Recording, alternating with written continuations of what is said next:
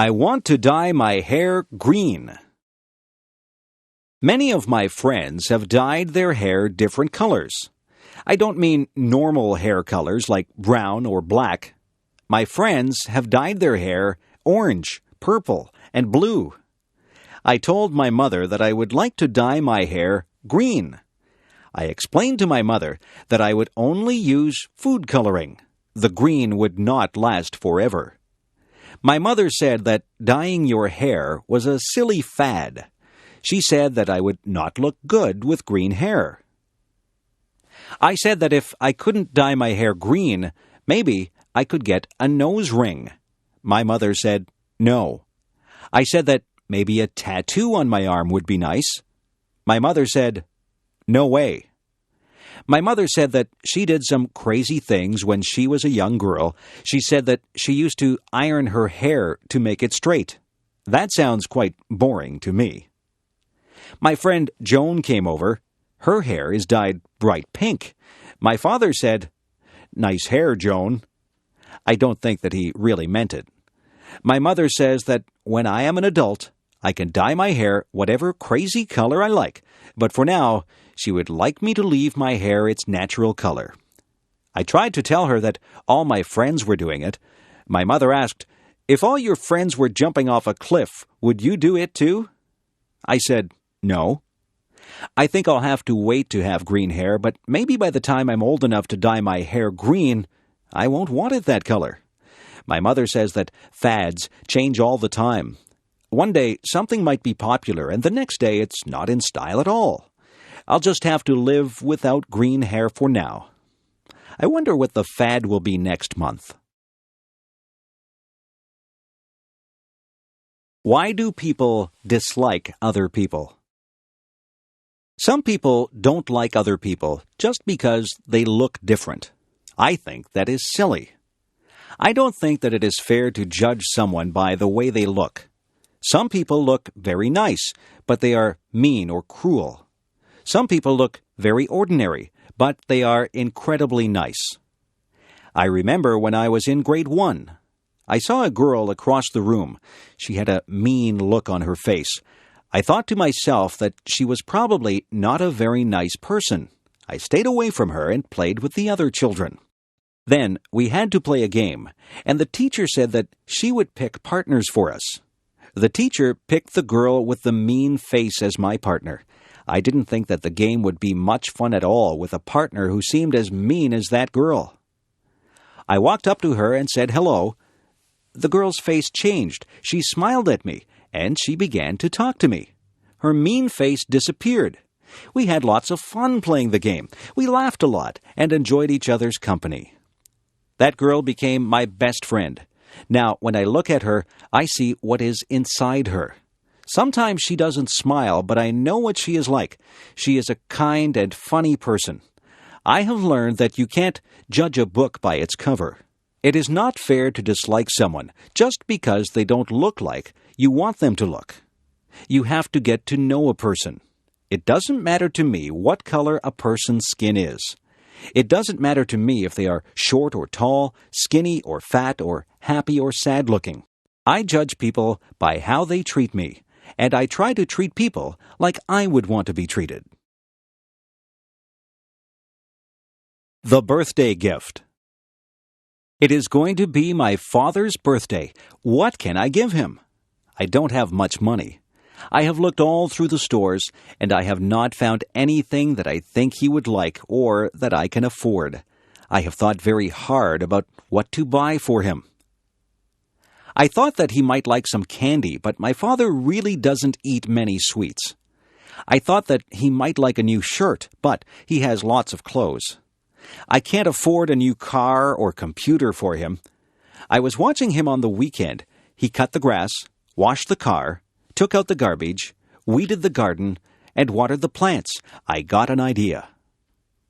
I went to my room and took out some paper.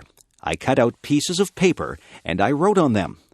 I wrote on one piece of paper that I would wash the car every weekend for the summer. I wrote on another piece that I would take out the garbage every week for the summer. I also wrote that I would cut the grass, weed the garden, and water the plants every week for the summer. I made a birthday card for my dad, and I put the pieces of paper inside it. I went downstairs and gave my gift to my dad. My dad thought that the gift was very thoughtful. He said that it was a gift from the heart. I did all those things for my dad all summer. He said that he had a lot of free time because I helped him so much. My dad and I are good friends. I don't mind doing things for him because I know that he is always there to help me out. A good gift doesn't have to be something that costs a lot. My dad says that the best gifts are the ones that show how much you care for the other person. I'm glad my dad liked his gift. Video designed by EngLish7levels.com. New Year's Day. On New Year's Day, people start a new year. Many people make resolutions. They resolve to be better people. Some people decide that they will lose weight so that they can be healthier. Some people decide to give up smoking. They also want to be healthier. There are all kinds of resolutions that people make. Some people try not to lose their tempers. Some people say that they will work harder. There are people who try to give up bad habits. Every year, my brother says that he will stop biting his nails. He stops biting his nails in January, but by February, he always starts again. That is the thing about New Year's resolutions. People seldom keep them. Everybody starts out with good intentions, but it is very hard to stick with them. I don't make New Year's resolutions. I find that I just break them. I just work day by day to break my bad habits. I know that I eat too many sweets. Every day, I just try to resist them. I think that every day is a new day, regardless of whether it is New Year's Day or not. Bad habits are hard to break. The best thing is never to start any bad habits. I don't know if my brother will ever stop biting his nails, but I know that each January he intends to stop. Maybe one of these New Year's days he'll get over that habit. If I could fly. I sometimes imagine what it would be like if I could fly like a bird. Just imagine what it would be like to soar into the sky, flying high above the trees. You could stand on high rooftops and never be afraid of falling.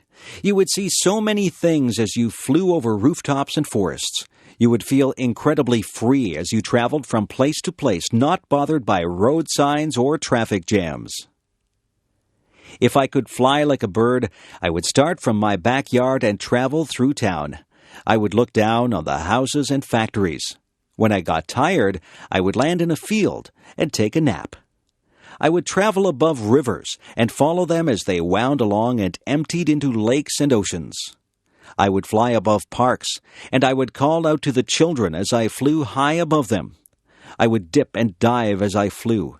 I would soar up high and dive down low so that I could almost touch the treetops. Have you ever flown? I know that you can't fly like a bird, but you might have taken an airplane ride. When you're in an airplane, you pass through clouds. It is exciting to take an airplane ride. I love taking airplane flights. I like to look down at the earth. When you're up that high, everything below you looks tiny. That's the closest I'll get to flying like a bird. But I can still use my imagination and spread my wings and soar high above the world just like a bird. What I look for in a friend. What is it that makes somebody your friend? Some people are nice and you have fun with them. Some people are nice to talk to, but they don't become special to you. Some people become very close to you. Those people are the ones who become your good friends. Did you ever wonder why certain people do become your good friends? Friends usually have something in common. Often, friends enjoy doing the same things as each other. Maybe they like the same sports or the same music, or maybe they can even talk about problems or schoolwork. Friends usually find a common bond. Friends share ideas and listen to each other. Sometimes, people who don't have similar interests even become friends. You can learn a lot from a person who likes different things than you. The most important thing about friends is that they must communicate with each other. A good friend is a person who takes the time to listen to the other person. One of the most important things that I think a friend should have is a sense of humor. I like to laugh with my friends. I like to feel comfortable around my friends. It is nice to be able to talk and laugh with people who have similar interests. It is nice to share things with people and learn about their interests. You become a better person if you are able to learn things from others. Life is a journey. On that journey, you meet many people. Some of those people will change your life. You have to choose your friends with care. A good friend is worth more than all the gold in the world. A good friend will make your journey through life more pleasant. Make friends along the way, and the path through life will be very rewarding. A funny thing happened on the way to school. Last Friday, it was very windy. I was walking down the street with my friend John. We were having a difficult time walking against the wind. The wind was pushing against us, and we felt the force of it pressing against us. We even had a hard time breathing. We were walking slowly. We watched the leaves as they danced and twirled in the wind. We watched a plastic bag as it flew by us. We saw a little boy whose baseball cap flew right off his head. His cap flew along the sidewalk, and he had to chase it. He finally caught it, and he held it in his hands tightly after he got it back. The trees were swaying frantically. Their branches swished and waved in the wild wind. John and I were hit by flying bits of paper and leaves. We laughed when a garbage can lid rolled along and hit John in the leg. We saw another garbage can rolling along the road as if it was alive. Everything was moving because of the wind. Then the funniest thing happened. I wasn't paying any attention, and a paper bag came flying up the street toward us. It hit me right in the face and covered my whole face. At first, I didn't know what had happened. I was blinded. I couldn't see where I was going. I stopped and held out my hands. When I stopped, the bag fell off my face. I looked at John. He was laughing very hard. He was laughing so hard that tears were rolling down his cheeks. He said that I looked very funny with the brown paper bag stuck to my face. I started to laugh too. We laughed about it all the way to school. John said that he wished he had a camera. He would have taken a picture of me with a bag on my face. Advice. Sometimes my mother gives me advice. She tells me to save my money for a rainy day. She says that I should eat my vegetables if I want to be strong when I grow up. She says that you reap what you sow. I didn't know what that one meant, so I asked her. She said that if you are good to people, they will be good to you. If you do bad things, then bad things will come back to you. My mother is always giving me advice. She says that a penny saved is a penny earned. I am still thinking about that one. Some of these things are difficult to understand. My mother is very wise. She says that she has learned from her mistakes. She tells me that she would like me not to make mistakes, but she says that everyone does make mistakes. The important thing is that we learn from our mistakes. My mother says that nobody is perfect. My mother tells my sister that time is precious. My sister wastes time, and my mother doesn't like that. My mother tells me to be true to myself. She says that I should not follow the crowd. I should listen to my own conscience and do what I think is right. She says that it doesn't matter if you fail at something. The important thing is that you try. If you've done your best, then that is all that matters. I listen to my mother. I think she gives very good advice. My mother has a lot of common sense. I hope I am as wise as she is when I have children of my own. Sometimes I wish that she would not give me so much advice.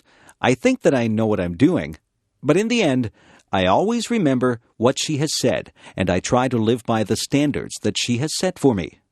Take the advice that your parents give you. They only have your best interests at heart.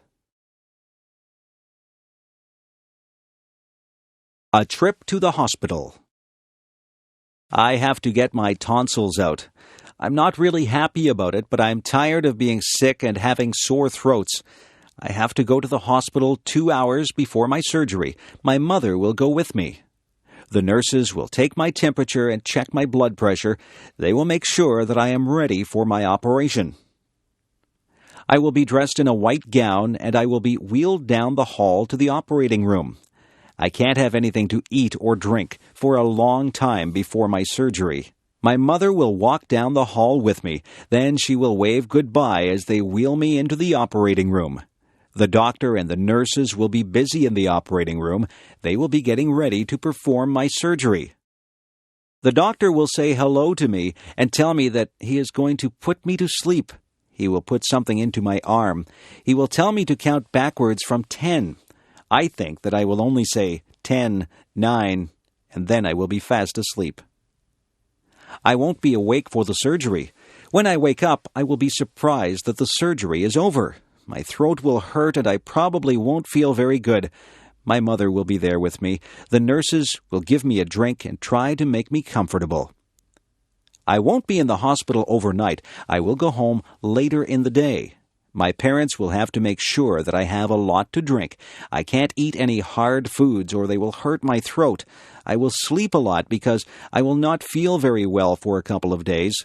It won't take long before I recover from my surgery. Sometimes we need surgery to make us feel better. Hospitals can be a bit frightening, but the doctors and nurses are very nice, and their job is to make you better. What my cat did.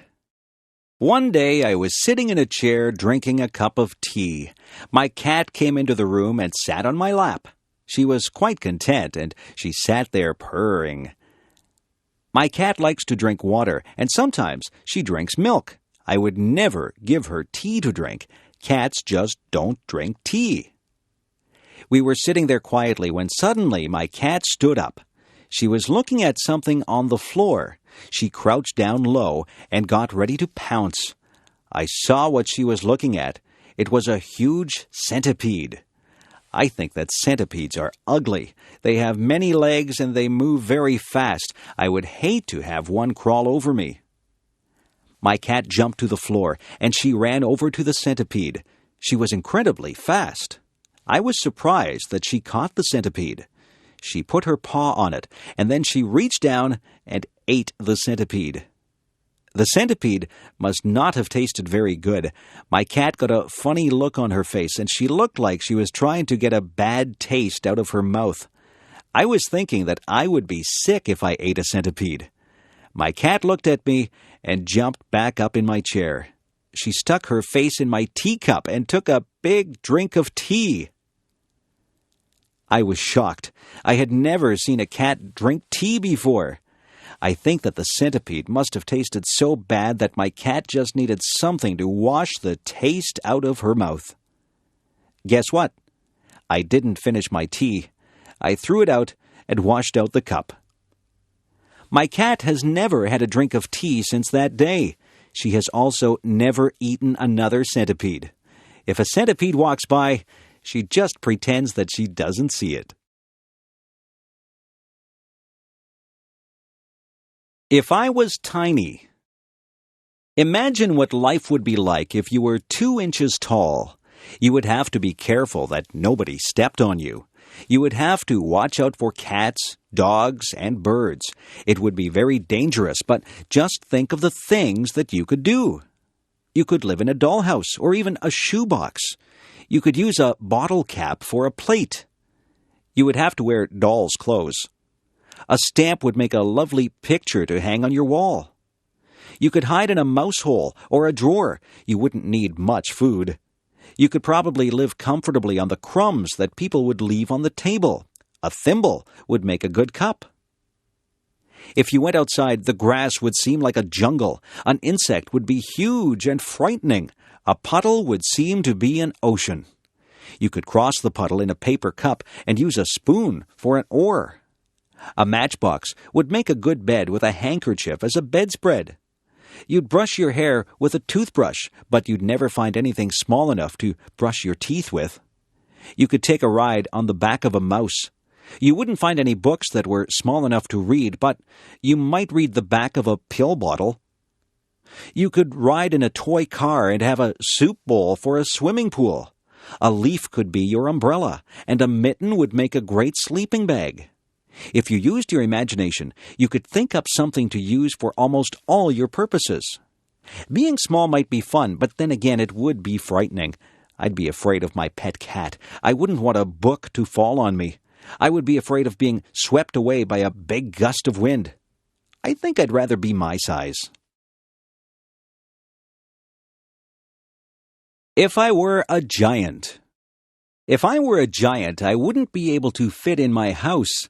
I'd have to live in a building that had a high ceiling, but I'd probably have a hard time getting through the door. I'd have to make my own clothes, but where would I get a giant needle and thread to sew with? I couldn't ride in a car or a plane. I suppose I would just have to take giant steps to get from place to place. I would have to be very careful not to step on anybody or anything. When I talked, people would cover their ears. My voice would sound very loud to them. I wouldn't find shoes to cover my feet. I wouldn't find a knife and fork to eat my dinner with. I might have to use a rake as a fork. My dinner would be huge. What would I cook my dinner in? I certainly wouldn't find an oven big enough to put my dinner in. If I sneezed, it would be like a hurricane. If I fell down, it would be like an earthquake. I wouldn't have any friends because everyone would be too tiny for me to talk to. I think that being a giant would be very lonely. I couldn't have just one apple. I would have to have a lot of apples to fill me up. I would have to drink gallons and gallons of water to quench my thirst. I could never relax under a tree. I would be taller than all the trees. I don't think that being a giant would be fun. I won't ever make a wish to be a giant. I would rather be my height. I'm very happy the way I am. Video designed by EngLish7levels.com. Do people have the right to smoke in public? My father used to smoke. He got very ill. The doctor told him that he had to quit smoking. My father tried for a long time to quit. It was very difficult for him. Smoking is an addiction. After many months, my father finally gave up smoking, but he still craved a cigarette once in a while. He says that quitting smoking is the hardest thing that he has ever done. When my father did smoke, he smoked everywhere. He smoked in restaurants, stores, and many public buildings. Now, you are not allowed to smoke in a lot of public places. When my father smoked, the rules were not so strict. People could smoke just about anywhere. It really wasn't fair to the people who didn't smoke. Their clothes always smelled like smoke, and they breathed in second-hand smoke. Some people think that the second-hand smoke is actually worse for you than if you smoke yourself. People would smoke in their houses, and very young children would inhale the smoke that was in the air. Some people still smoke in their houses, and their children breathe in the smoke. Some restaurants have areas for smokers and non-smokers, but usually the smoke drifts from one area to the other. There are some businesses that have banned smoking altogether. Personally, I think that smoking in public places should be completely banned. I don't think that I should have to breathe in another person's smoke if I choose not to smoke myself. It wouldn't be fair for a non-smoker to get lung cancer because they had to be in a place where smokers were allowed to light up. I know that smoking is a powerful addiction and that it is very difficult to quit, but smokers should restrict their smoking to places where there is nobody else around. Lung cancer is an awful disease. Nobody should have to suffer with lung cancer.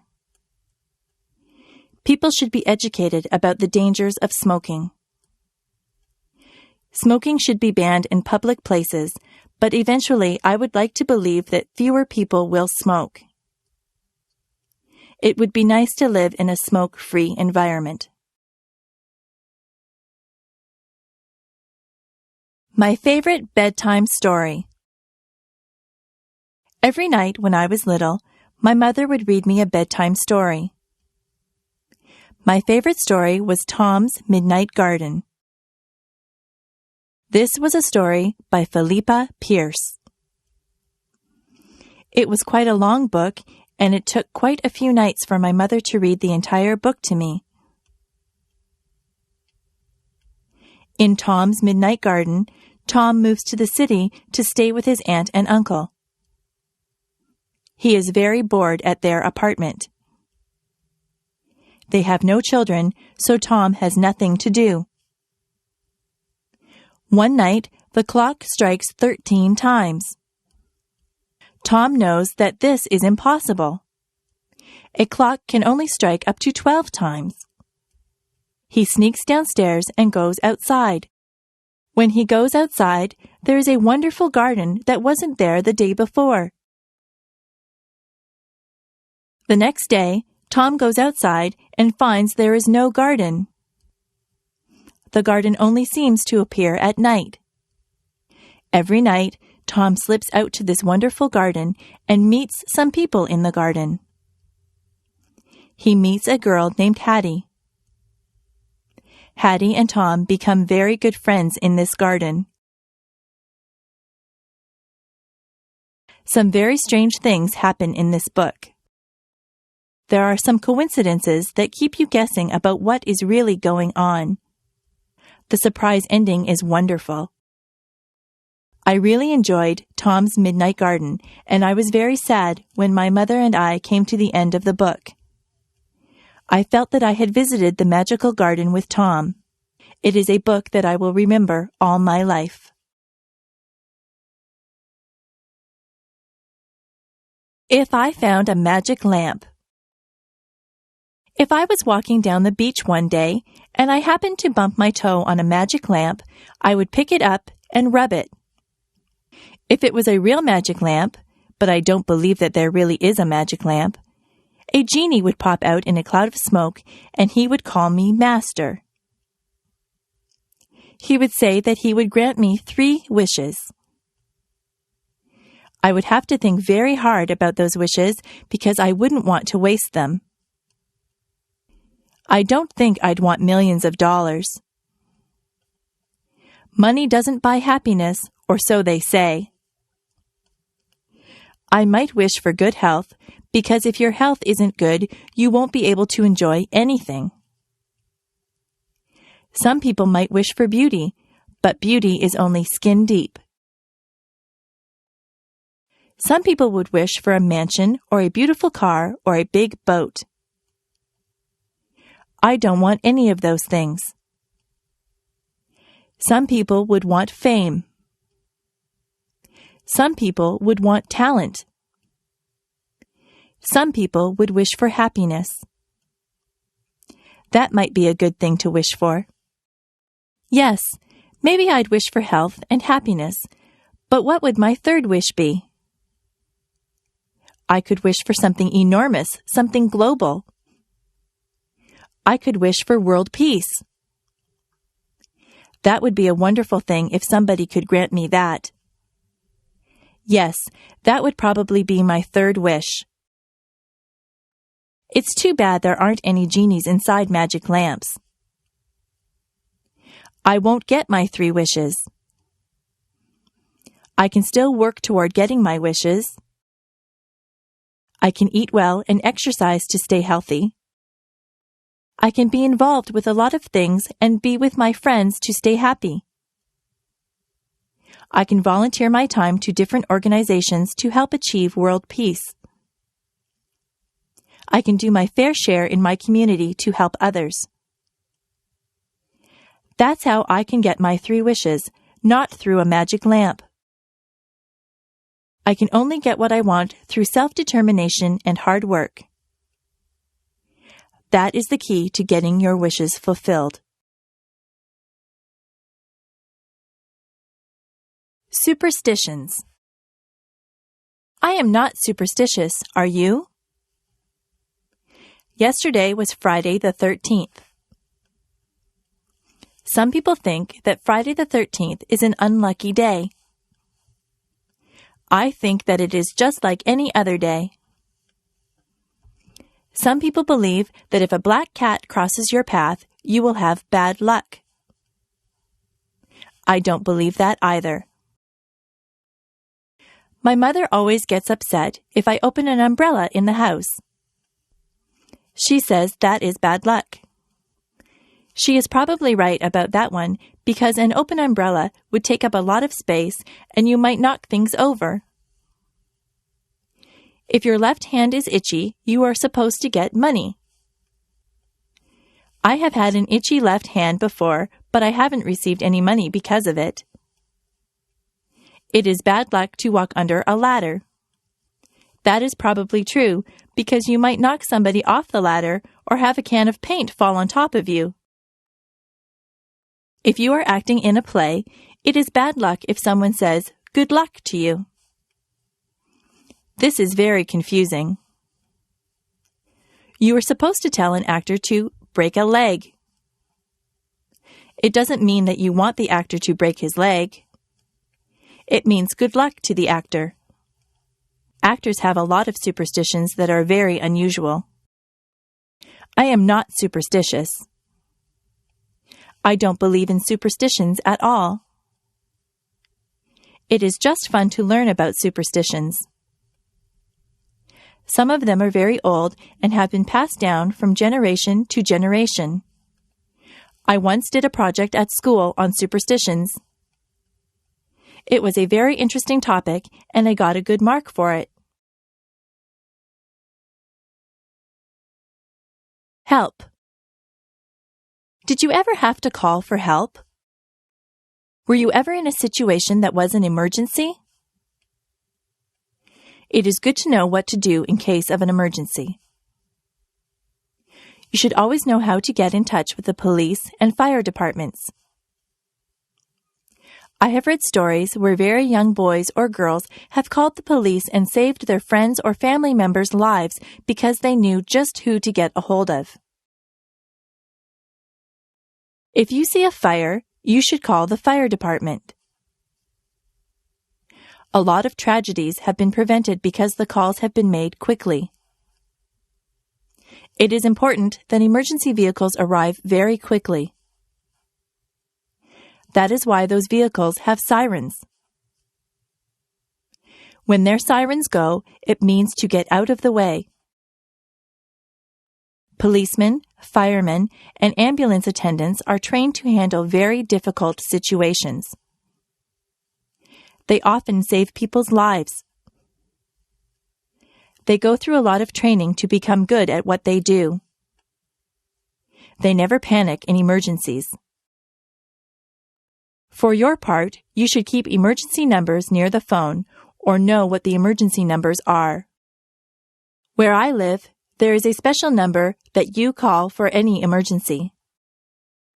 We teach that number to everyone, even very tiny children. It is important to remain calm if you need help. If you call an emergency number, you have to be able to speak clearly and tell the person you are talking to exactly what the problem is. I hope you are never in an emergency situation, but it is a good idea to be prepared. The peach orchard.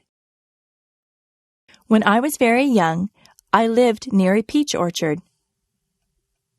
Now there is a park where the orchard used to be. I always remember the peach orchard because my grandmother and I used to go there and pick peaches. The owner of the orchard would let all the neighbors pick peaches. It's not the fact that I used to get many ripe, tasty peaches that I remember. It's the time that I used to spend with my grandmother that I remember. My grandmother was very old, but she was very healthy. She used to walk a lot. I think that is what kept her fit. She had a lot of energy, so she liked to go to a lot of places. She would get a fruit basket, and then she would ask me if I wanted to go to the orchard. I always said yes because I enjoyed walking through the orchard on a sunny day. We never climbed up on a ladder to reach the peaches. We just reached for the low-hanging fruit. My grandmother and I used to talk all the time that we were out there. It was nice to spend time with her. She told me many stories about when she was a young girl. We laughed and got to know each other better. My grandmother only visited us during the summer. She lived in California and I lived in Niagara Falls, so we didn't get to spend a lot of time with each other. We enjoyed the hot summer days in the orchard. You could smell the peaches, and the bees buzzed lazily by us. My grandmother would point out different insects and birds to me. I learned a lot about nature from her. We would end up with a big basket of peaches. When we got home, my mother would wash the peaches, and often she would bake a peach pie for us. Nobody bakes a peach pie like my mother. It's good to have memories like that. Childhood memories of time spent with my grandmother are very precious to me. Sometimes it's just the simple things that you do in life that leave you with the nicest memories.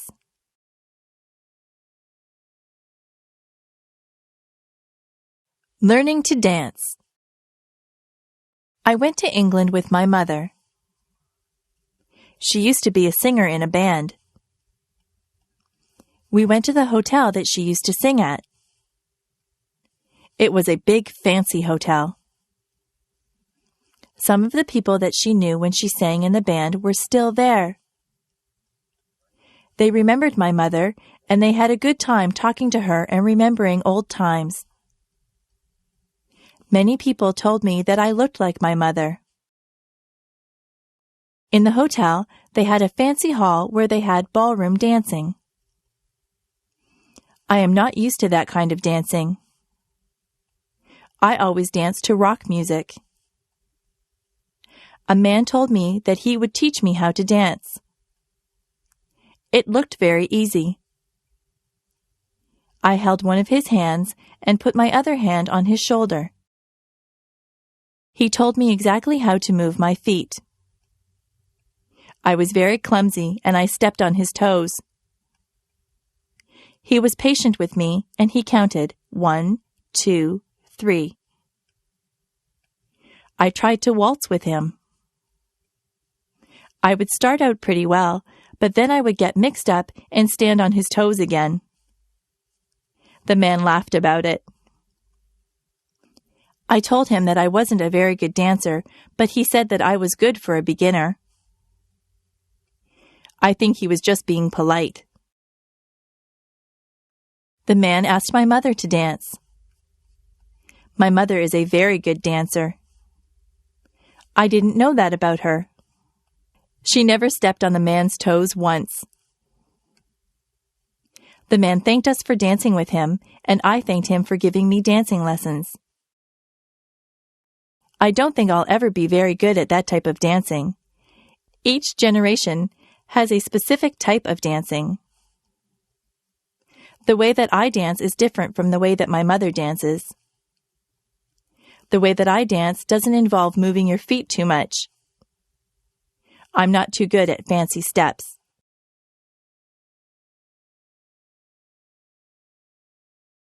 Superheroes.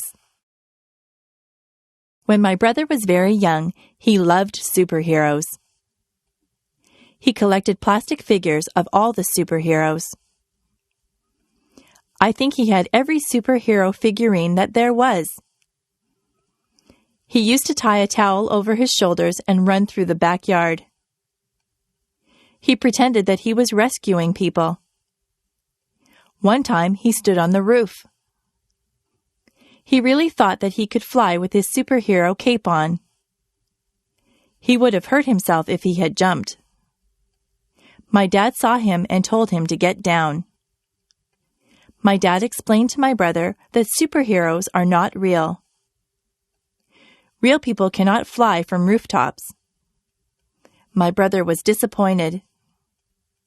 He thought that the superheroes really existed. My dad explained that most superheroes were created as comic book characters.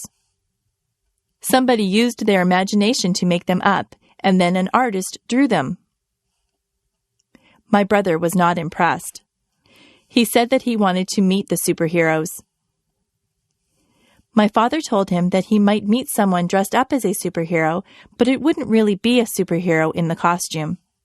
It is hard to explain to small children that the things that they see in comic books and on television aren't really real.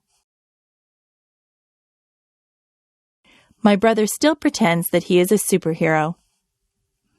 He doesn't jump from rooftops, but he runs around and makes noises like he is flying. I look at him and remember when I used to do things like that. I'm more mature than my brother. I know that superheroes aren't real, but I know that he is having fun and using his imagination. Being a princess. Sometimes I think that I would like to be a princess. A princess would live in a palace and wear beautiful clothes. She would have servants to do chores for her, and she would probably marry a handsome prince. People would recognize her. They would wave to her as she drove by. It seems like it would be a lot of fun to be a princess. But maybe it wouldn't be so nice. Maybe it would be terrible to be recognized by everyone. Maybe a princess would feel like everyone was watching her. She would have to look nice every time she left the palace. There would always be people with cameras who wanted to take her picture. A princess would have no privacy. Even in her own palace, there would be servants around, so she would never really be alone. If I were a princess, I would worry about security for my family. Sometimes, people who are in high positions are threatened by other people. That would be a worry. I'm not so sure that being a princess would be all that much fun.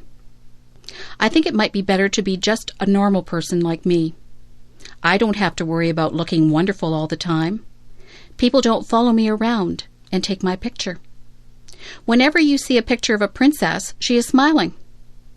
I wonder if she's smiling on the inside, or just smiling for the camera. Video designed by EngLish7levels.com. My worst fear. I am afraid of water. I don't know why I am afraid. I have never had a bad experience in the water. I just never learned to swim. I should have done that when I was just little. It would be easier for me to swim now if I had started when I was young. I will go into the shallow water, but I start to panic when the water gets higher than my chest. I don't like the feeling of not being able to put my feet on the bottom of the pool or the lake. I don't like to get water up my nose. I choke and cough when that happens. My friends just tell me to relax and I will float, but I find it hard to relax in deep water. They keep telling me that if I panic, I will sink. Most of my friends have had swimming lessons. Some of them are even lifeguards. They have tried to teach me to swim, but I think I need to go to a place where they actually teach swimming. It would be nice to jump into a pool of cold water on a hot summer day. That would be so refreshing. If I go out onto a boat, I always wear a life jacket. I think it is wise to do that. Everyone should wear a life jacket on a boat. I would rather be safe than sorry. I have decided that I will overcome my fear.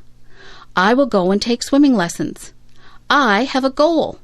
By this time next year, I would like to be able to swim the length of the pool without being afraid. It is best to face your fears and deal with them. I hope that I can overcome my fear of water. If I live to be 100. I think I would like to live to be 100. It seems like an awfully long time to live. It is an entire century. Imagine all the changes that you would see if you lived to be 100. I had a neighbor who was 85. She used to tell me what things were like when she was a little girl. She told me what my town used to look like, what her clothes were like, and what her school was like. I used to enjoy listening to her stories. Everything was so different when she was young.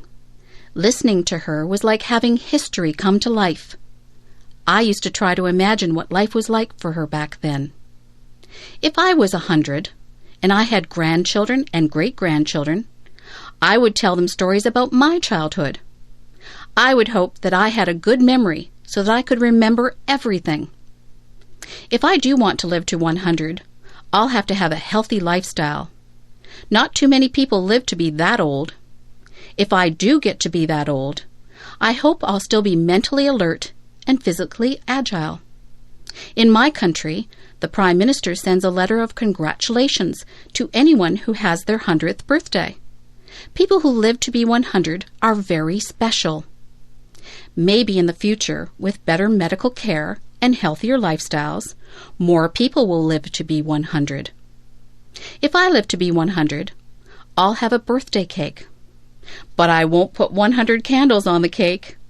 I could never blow out 100 candles.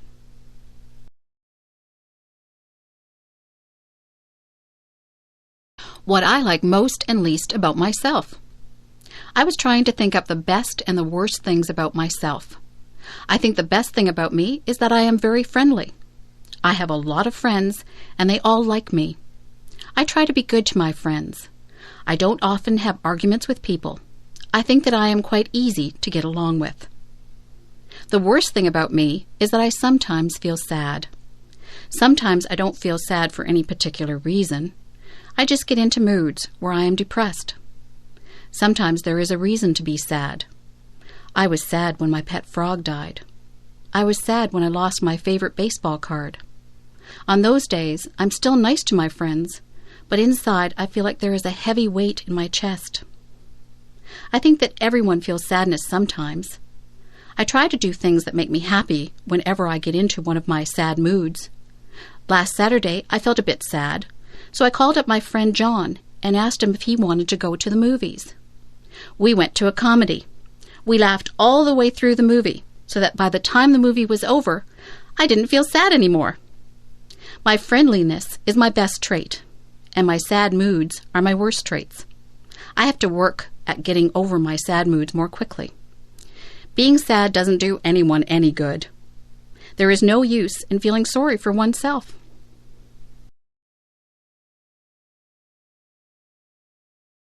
The trunk in the attic. Last month, my grandmother asked me if I could help her to clean out her attic. I was happy that she asked me. My grandmother says that her attic is full of junk. I think that her attic is full of treasures. I helped her to dust and vacuum the attic. I pulled and pushed around boxes and crates. I helped her to wash the floors and walls.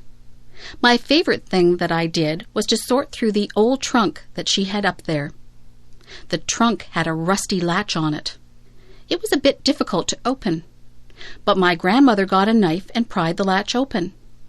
The trunk was full of all kinds of things. There were lots of clothes. Some of the clothes had been my grandmother's. There was a blue velvet dress that she had worn to a dance when she and my grandfather were dating. It was a beautiful dress, but there were a few moth holes in it. There were some of my mother's old clothes. There was a pair of bell-bottom slacks that had bright flowers on it. I couldn't believe that my mother had ever worn something like that. There were some of my mother's old report cards. Some of her marks weren't very good. I had fun reading the report cards. There were photographs.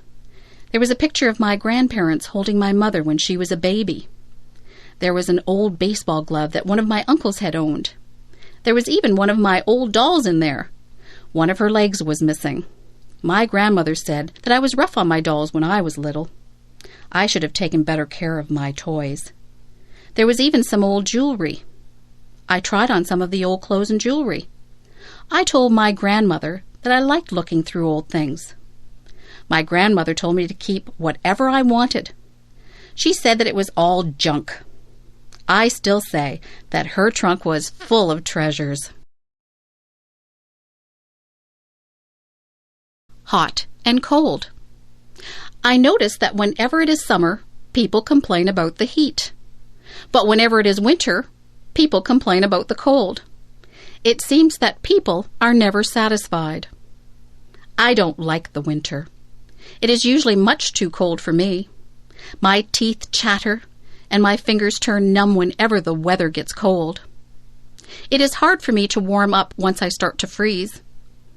I try to wear layers of clothes, but winter winds go through my clothes no matter how much I wear. My feet feel like they are blocks of ice on a cold January day when I walk home from school. I would not like to live in a place that had cold climate all year long. I am not comfortable when it is too cold. I like the summer. Some people say that it is hot and sticky in the summer, but I don't mind the heat at all. I love to feel the warm sunshine on my skin. I like the freedom of not having to wear heavy coats and boots. I am the happiest when there is a slightly cool breeze that comes along to refresh you on a hot summer day. I could live in a place with a hot climate. I would enjoy that. Of course, when you are in a place with a hot climate, there are more bugs than in places with cooler climates. I don't care for bugs. Where I live, it is very humid. The heat and moisture combine to make it uncomfortable sometimes. It is nicer when the heat is high, but the humidity is low.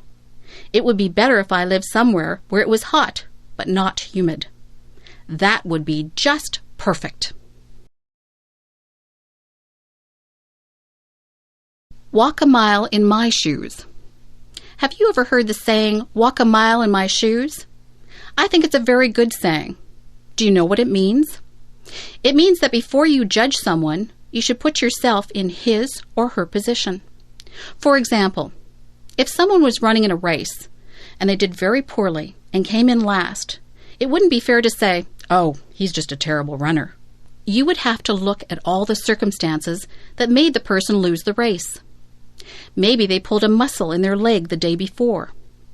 Maybe this is their very first race. Maybe they are not in good form because something isn't right in their lives. There can be so many things that affect a person's life, performance, and moods. There can be so many things that affect a person's life, performance, and moods. If someone was very quiet at a party, you couldn't just assume that they weren't friendly. You don't know what is happening in their lives. They could be feeling ill, or they might have just had a bad experience. Nobody can know exactly how another person feels. Even if someone tells you what he or she is experiencing, you still won't fully understand what is going on inside the other person. Everyone perceives and feels things differently. To walk a mile in someone else's shoes is to try and understand things from that person's perspective. We are all shaped by the events that have taken place in our lives. No two people have gone through the exact same things. So, before you are quick to judge someone, stop and think about what it is that they might have gone through.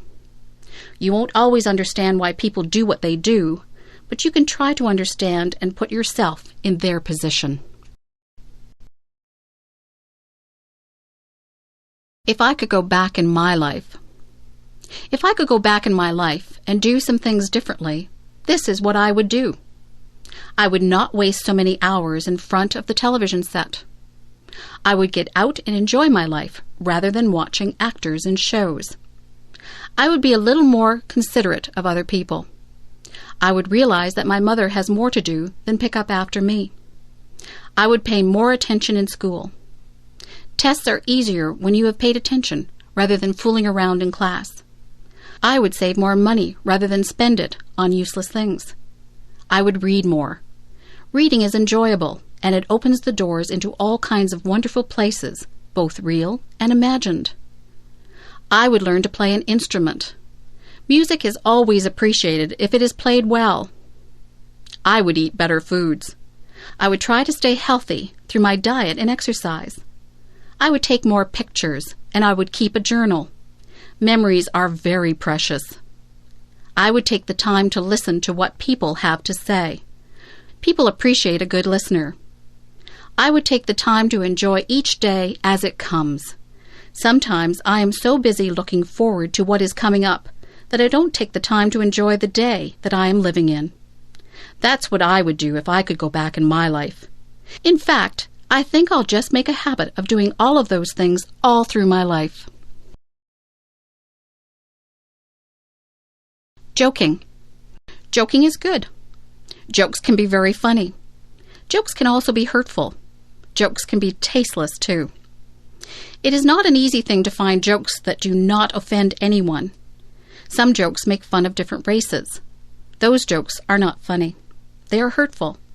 It is not right to tell racist jokes. Many jokes use bad language or are about questionable subject matter. These jokes are also not acceptable.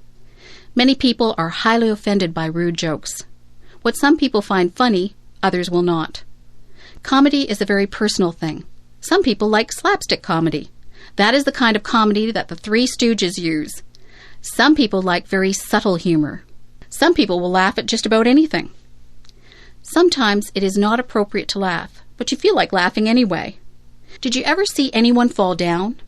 Did you feel like laughing when they fell down? You were probably worried that they had hurt themselves, yet the way that they fell was so funny that you felt like laughing. It's not funny when someone falls, but you can't help but laugh even though you try to hide it. Jokes and comedy differ from culture to culture. Many people from other countries come here and don't understand our comedy. Jokes and comedies are often geared toward our environment. Sometimes comedians make fun of the things that we do in our day-to-day lives, like going to the bank or going grocery shopping. We can all relate to that. Being a comedian is not an easy job. Telling jokes and making people laugh is extremely difficult. Jokes are fun, and they are funny if they are good. Jokes can get you into a lot of trouble if they are inappropriate, and sometimes they're just not funny and nobody laughs. Here's a joke. Why does the cow wear a bell? Because its horns don't work. Do you get it? Do you think it is funny? Well, maybe it's not that funny. I told you that it was difficult being a comedian. Drugs. There are two different types of drugs. There are legal drugs and there are illegal drugs. Legal drugs are the type of drugs that the doctor gives you when you are sick.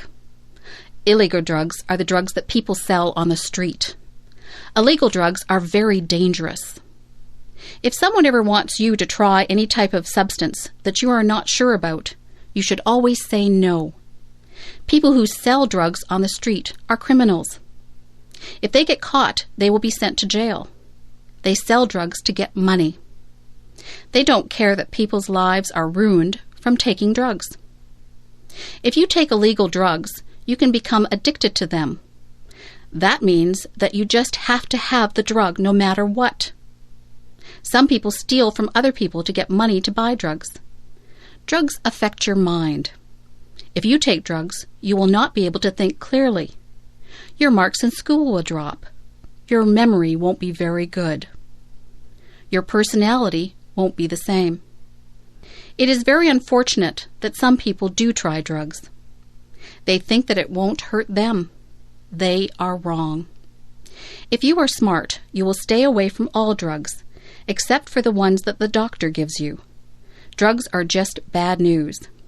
If you know someone who is thinking about trying drugs, tell them that their entire life could be ruined. In America, they have a saying, just say no to drugs. It is a good saying, but I think I would rather say, I'm just too smart to take drugs.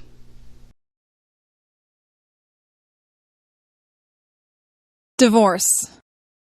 Mary's parents just got a divorce. Mary is very upset. She thinks that her parents don't love her anymore. She thinks that they got a divorce because of her. She is wrong. Her parents love her just as much as they always did. They aren't getting divorced because of Mary. Sometimes marriages just don't work out. It isn't really anyone's fault.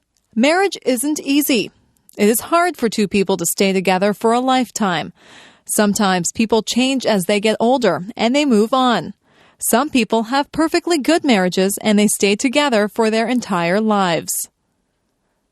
Divorce doesn't happen because the parents don't love the children anymore. A lot of children feel that it is their fault, but it isn't their fault at all. Children neither cause the divorce nor can they prevent it. It is up to the parents. Divorce isn't the end of the world. Children can still see both parents and stay with them. Life goes on. Sometimes children can get new stepmothers or stepfathers. That can be a good thing. You just have to be understanding and know that your parents still love you. Life doesn't always go the way that we planned it, but it has its twists and turns.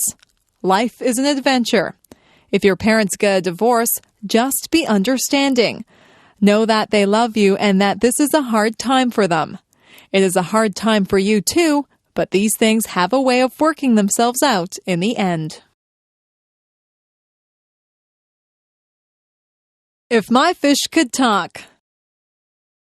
I have a goldfish. He swims around in his bowl all day. He looks bored. I look inside the bowl and watch him. His mouth always moves. He looks like he is talking. I imagine what my goldfish would say if he really could talk. I think he would say, "Hey, I'm bored in this little bowl. Why don't you get me a bigger tank with more fish in it? I would like to have some friends to swim around with." I went out and bought a bigger tank for my goldfish. I put some plants at the bottom of the tank, and I got a miniature deep-sea diver to put at the bottom of the tank. I looked into the tank and imagined what my goldfish was saying. He seemed to be saying, "This is a nice tank. It's roomy in here and you decorated it well, but I still don't have any friends to swim with." I went to the pet store and bought 3 more goldfish. I put them into the tank. All of the goldfish seemed to look at each other. They swam near each other and seemed to be playing games. I knew which one was my goldfish because he has a black spot on his fin. I looked at him and imagined that he was talking again. He said, "This is great. I have a big new home and friends to swim with.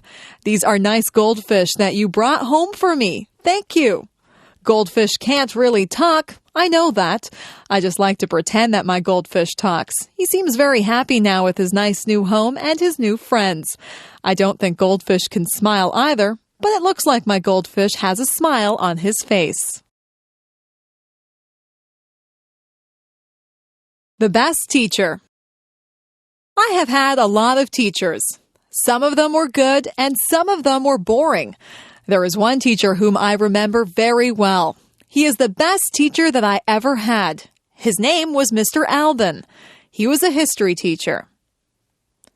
History is not my favorite subject. I don't really enjoy history a lot. When I was in Mr. Alban's class, he made history seem exciting. He was more of an actor than a teacher. If he was describing a war, he would make us feel all the emotions that the soldiers and their families would have felt. We could almost hear the guns firing and the people shouting. He would paint a picture in our minds that was very vivid. When I had a history test in his class, I didn't have to study much. I would remember every word that he had said. I would see him doing the actions that went along with his stories. He was very animated. He would shout out orders as if he was a general, or he would speak softly and reverently when describing the death of a great hero. The most important thing that I learned from Mr. Alban was that I did really like history. I just thought that I didn't like it because most people had made it dull by just reading from the textbooks. History is not just a series of dates and dull facts. History is what really happened. History is real life. All the historical figures had real families and emotions. They weren't just fictional people. After I took history from Mr. Alban, I realized that I really did have an interest in it. He was my favorite teacher, and I will always be grateful to him for making me aware of just how interesting history really is. Weather. Sometimes I watch the weatherman on television. It is fascinating to watch him point to different areas of the country on the map. He tells us where the weather will be nice and where it will be bad. The weatherman is not always right. Weather reporting is not an exact science. Nothing is very exact when it comes to the weather. The The weather department does a lot of research, but they can never be sure of exactly what will happen. Sometimes it looks like it will be clear, but the wind changes direction and clouds move in. The weathermen can warn people if there is a chance of a hurricane or tornado. The weathermen can also warn people of floods. Sometimes entire towns have to be evacuated because of bad weather. It is important to be aware of the weather. For example, it is not good to be caught in the middle of a field when there is going to be a thunderstorm.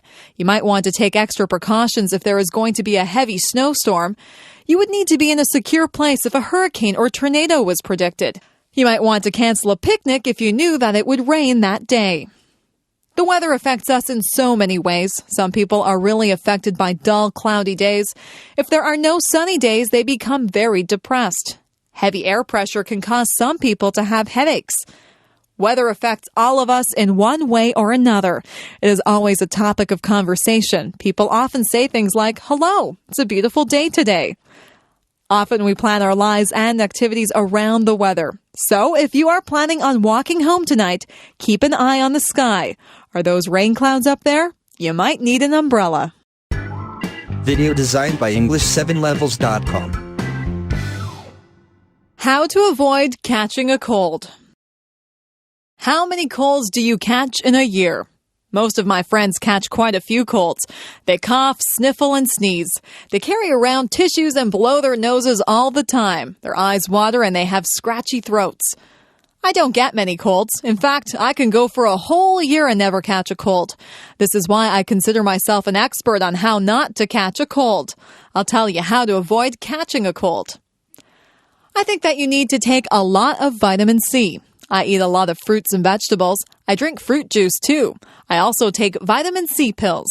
Whenever I begin to feel a cold coming on, I make sure that I have taken my vitamin C pill and I drink a lot of orange juice. That usually knocks the cold right out of my system. I make sure that I get a lot of fresh air. In the winter, a lot of buildings are shut up tight so that the air is stale and people's germs circulate through the buildings. I get outside and breathe in fresh, clean air.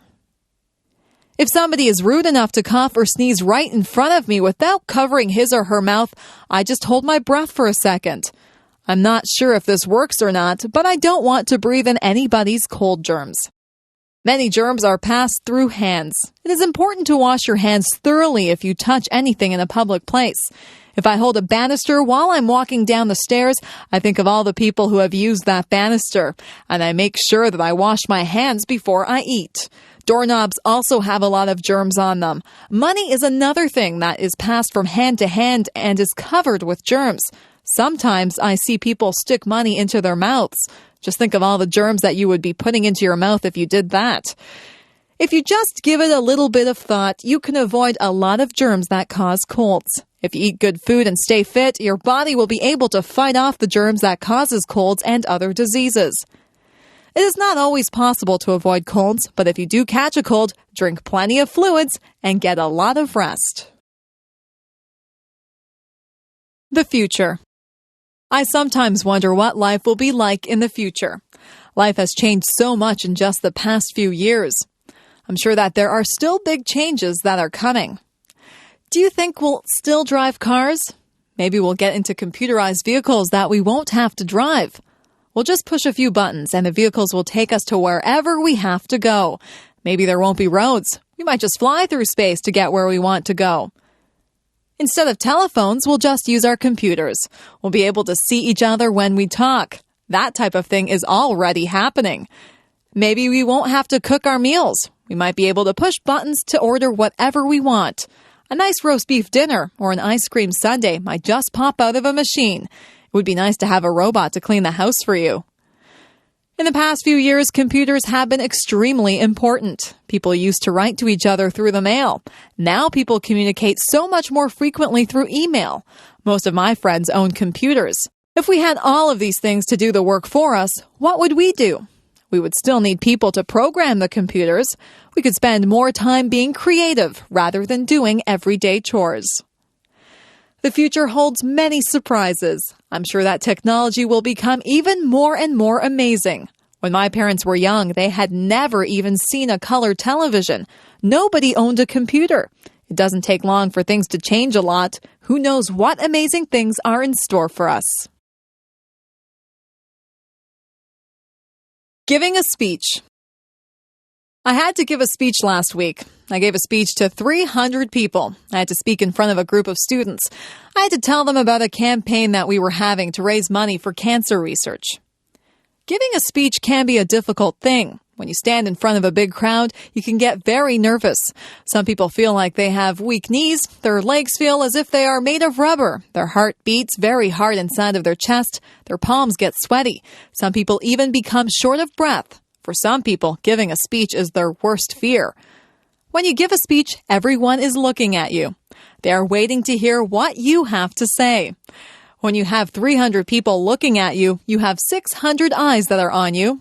It is a little frightening when you think of it that way. Before I give a speech, I take 3 big breaths. I calm myself and I remind myself that what I have to say is important. I like to be sure of what I am going to say, so I practice my speech in front of a mirror at home. I like to look like I am relaxed and friendly. They say that practice makes perfect, so the more speeches that you give, the better you will become at it.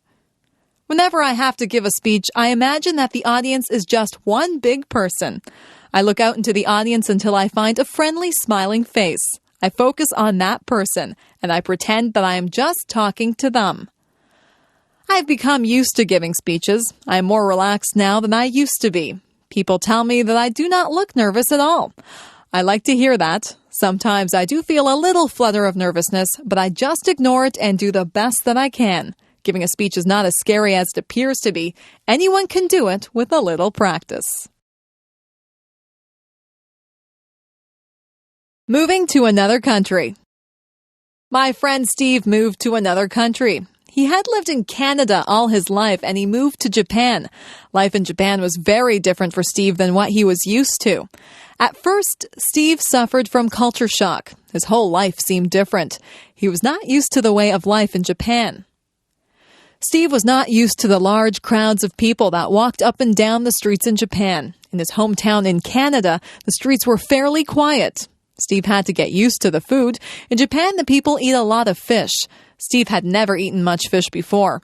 Steve wanted pizza, but it was expensive in Japan. Steve said that he had to adjust his eating habits. The people in Japan have different customs than we do here in Canada. Steve didn't want to offend anyone, so he had to learn the customs. He had to learn about what Japanese people considered polite and rude. Sometimes in a foreign country, you can do something to insult someone without even realizing that you are being rude. At first, Steve had trouble with the language. He said that the only way to really learn the language is to talk to people. Steve talked to a lot of people. He made a lot of mistakes, but people were patient with him, and they tried to help him with his Japanese. It wasn't long before Steve felt more comfortable in his new surroundings. You have to be willing to learn new customs and a new language if you move to another country. Steve feels very comfortable in Japan and in Canada now. He is thinking about going to another country now. He thinks that he might like to try and live in Italy. I'm sure that he would get over his culture shock very fast if he moved there. Moving to a new country can be difficult, but if you are willing to learn, it can be a very rewarding experience. Look for the beauty. I have learned that things don't always go the way that they were planned. If something doesn't happen the way that I want it to, I try to make the best of the situation. I always try to find something good in everything that happens. Last year, I broke my ankle when I was walking on an icy sidewalk. At first, I was very upset. I was missing school and there was a party that I wanted to go to. I couldn't do very much of anything. My ankle was very sore. I stayed home and I read a book. It was an excellent book and one that I probably would not have had time to read under normal circumstances. My friends brought my homework to my house and we had some really nice visits while they were here. I had to accept the fact that I couldn't go anywhere on my broken ankle, so I made the best of a bad situation. Once I lost my way when I was out camping. I ended up in a very large field. I was afraid that nobody would find me, but I calmed myself down and took time to examine all the interesting wild flowers in the field. My family did find me. They were surprised at how calm I was. I've learned that there is something valuable inside every adventure and something beautiful inside every person. We had a new boy who came into our class. His clothes weren't in style and he was not particularly handsome. Some of the boys and girls made fun of him. Sometimes people can be really cruel. He seemed to handle it all right, but inside, I knew that it must hurt. Some of my friends and I invited him out with us. We found out that he had a terrific sense of humor, and he is probably one of the nicest people that I have ever met. He has since become one of my best friends. It makes me ashamed when someone that I know judges someone by how they look. It isn't fair to do that. You'll find that something good comes out of almost every situation. You'll find something good about almost everyone that you meet if you look hard enough. If something doesn't work out the way you planned it, just make the best of the situation. Look for the beauty in everything. My doll. When I was an infant, I got a rag doll. It was a very plain little doll, and it wore a clown outfit and a clown's hat.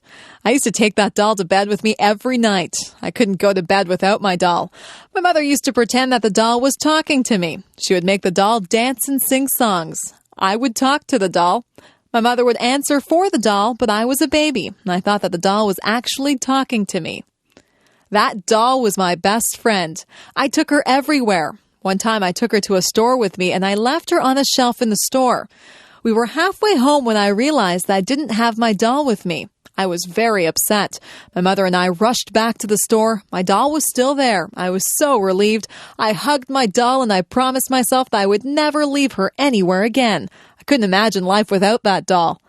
Through the years, the doll became less important in my life. I had other things to do, but the doll still sat on my bed during the day, and I still took it to bed at night. I gave that doll a lot of love when I was little.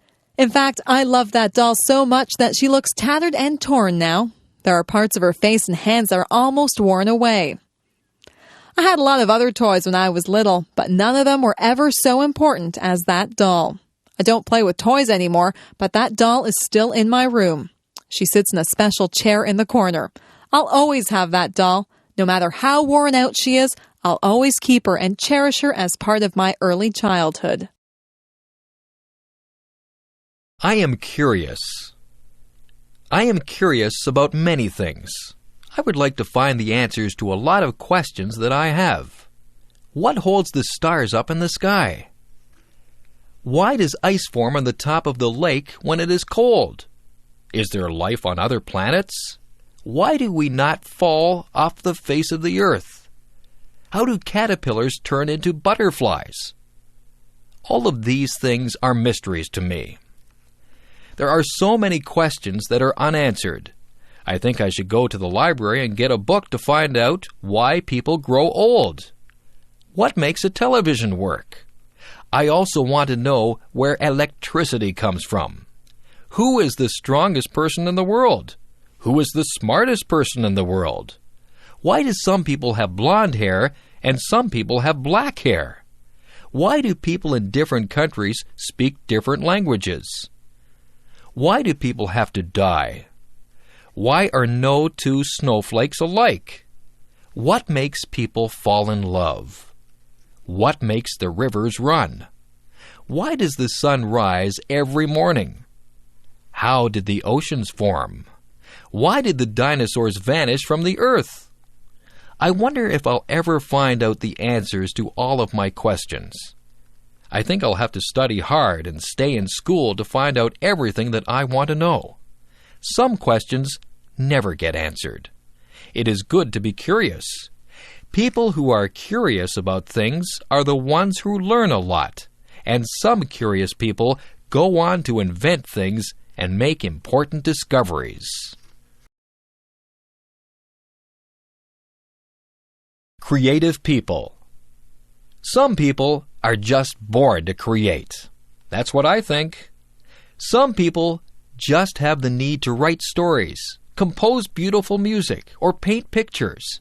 Creativity seems to be inside them, and they need to let it out. It's good that we have people like that. Composers like Mozart and Chopin have given us music that is incredibly beautiful. It's not just the classical composers who have given us great pieces of music. There are modern composers who have written great songs also. Elton John is an example of someone who has composed many wonderful songs. Andrew Lloyd Webber has given us some very popular musicals like Cats and The Phantom of the Opera. There are so many talented and creative people in this world. When you visit an art gallery, you marvel at how artists are able to recreate realism or make up something that seems totally unreal, yet beautiful. The American artist Norman Rockwell painted some pictures that actually look like photographs. He tried to portray life as it was in America. Through his paintings, one can get a good sense of American life through the years. On the other hand, artists like Jackson Pollock did not portray realism. Jackson Pollock painted abstract pictures. His paintings are just as good as Norman Rockwell's, but they are entirely different. Some books that we read are classics. Mark Twain portrayed American life through his characters Tom Sawyer and Huckleberry Finn. Charles Dickens brought Victorian England to life through his books. Most people are familiar with his Christmas Carol, where the mean and miserable Scrooge learns the true meaning of Christmas. People don't have to read the classics. There are modern writers who entertain readers through their stories. Stephen King has written a number of horror stories. Some of his books have even been made into movies. We are lucky to have creative people who share their gifts with us. If you are lucky enough to be creative, you should use your talents to create works of art that we all can share. Career choices. What do you want to be when you grow up? There are so many things that you can be. You might want to work in the field of law. You could be a police officer. You could be a judge or a lawyer. Maybe you'd like to work in the food industry. You could be a cook or a waitress. You might want to manage a hotel dining room. Perhaps you would want to do room service in a hotel. You could be a chef and make fancy meals for people. Maybe show business is what you'd like to be involved in.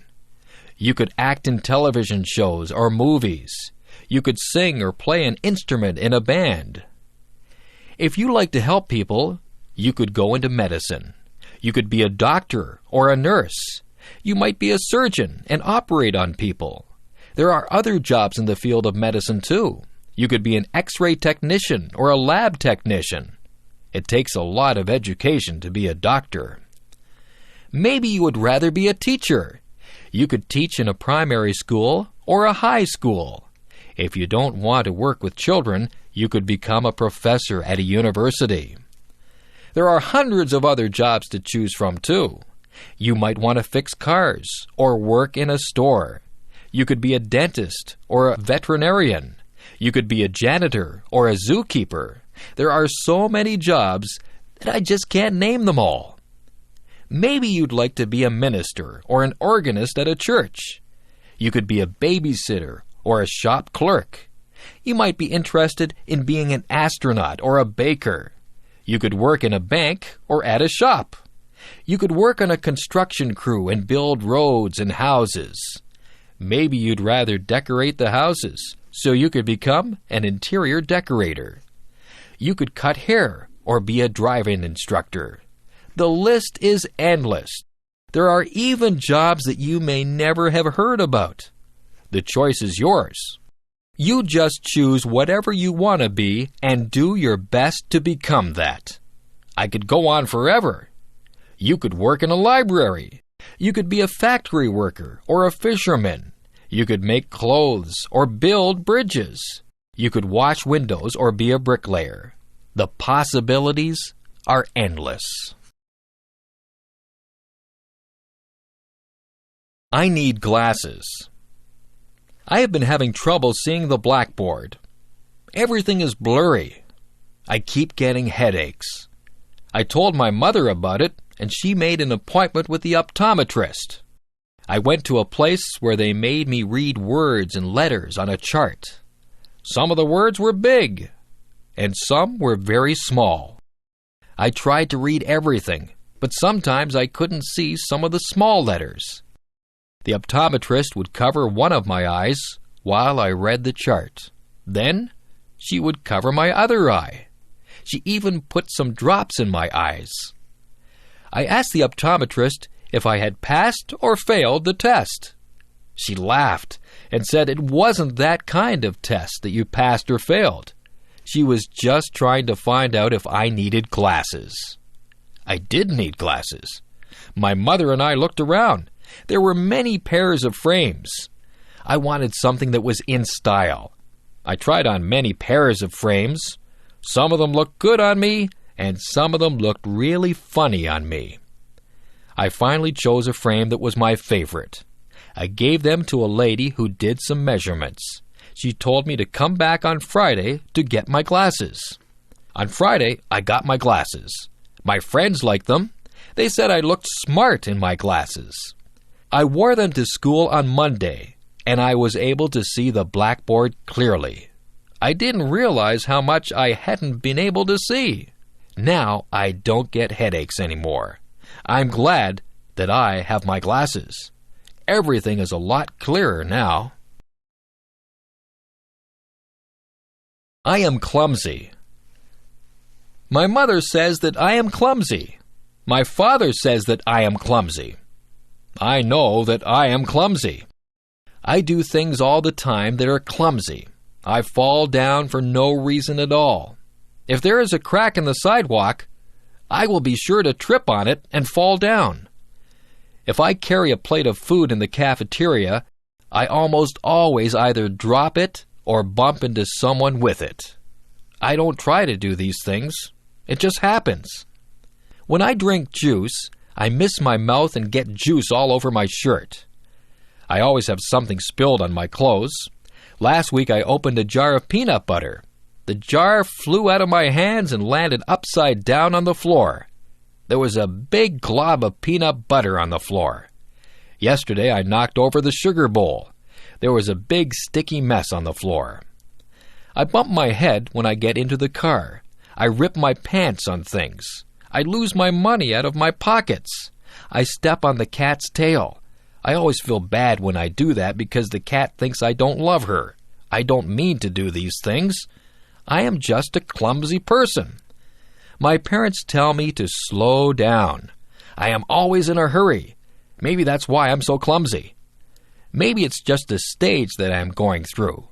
If it is, I hope it is over soon. Being clumsy is no fun at all. Home alone. I remember the first time that my parents left me home alone.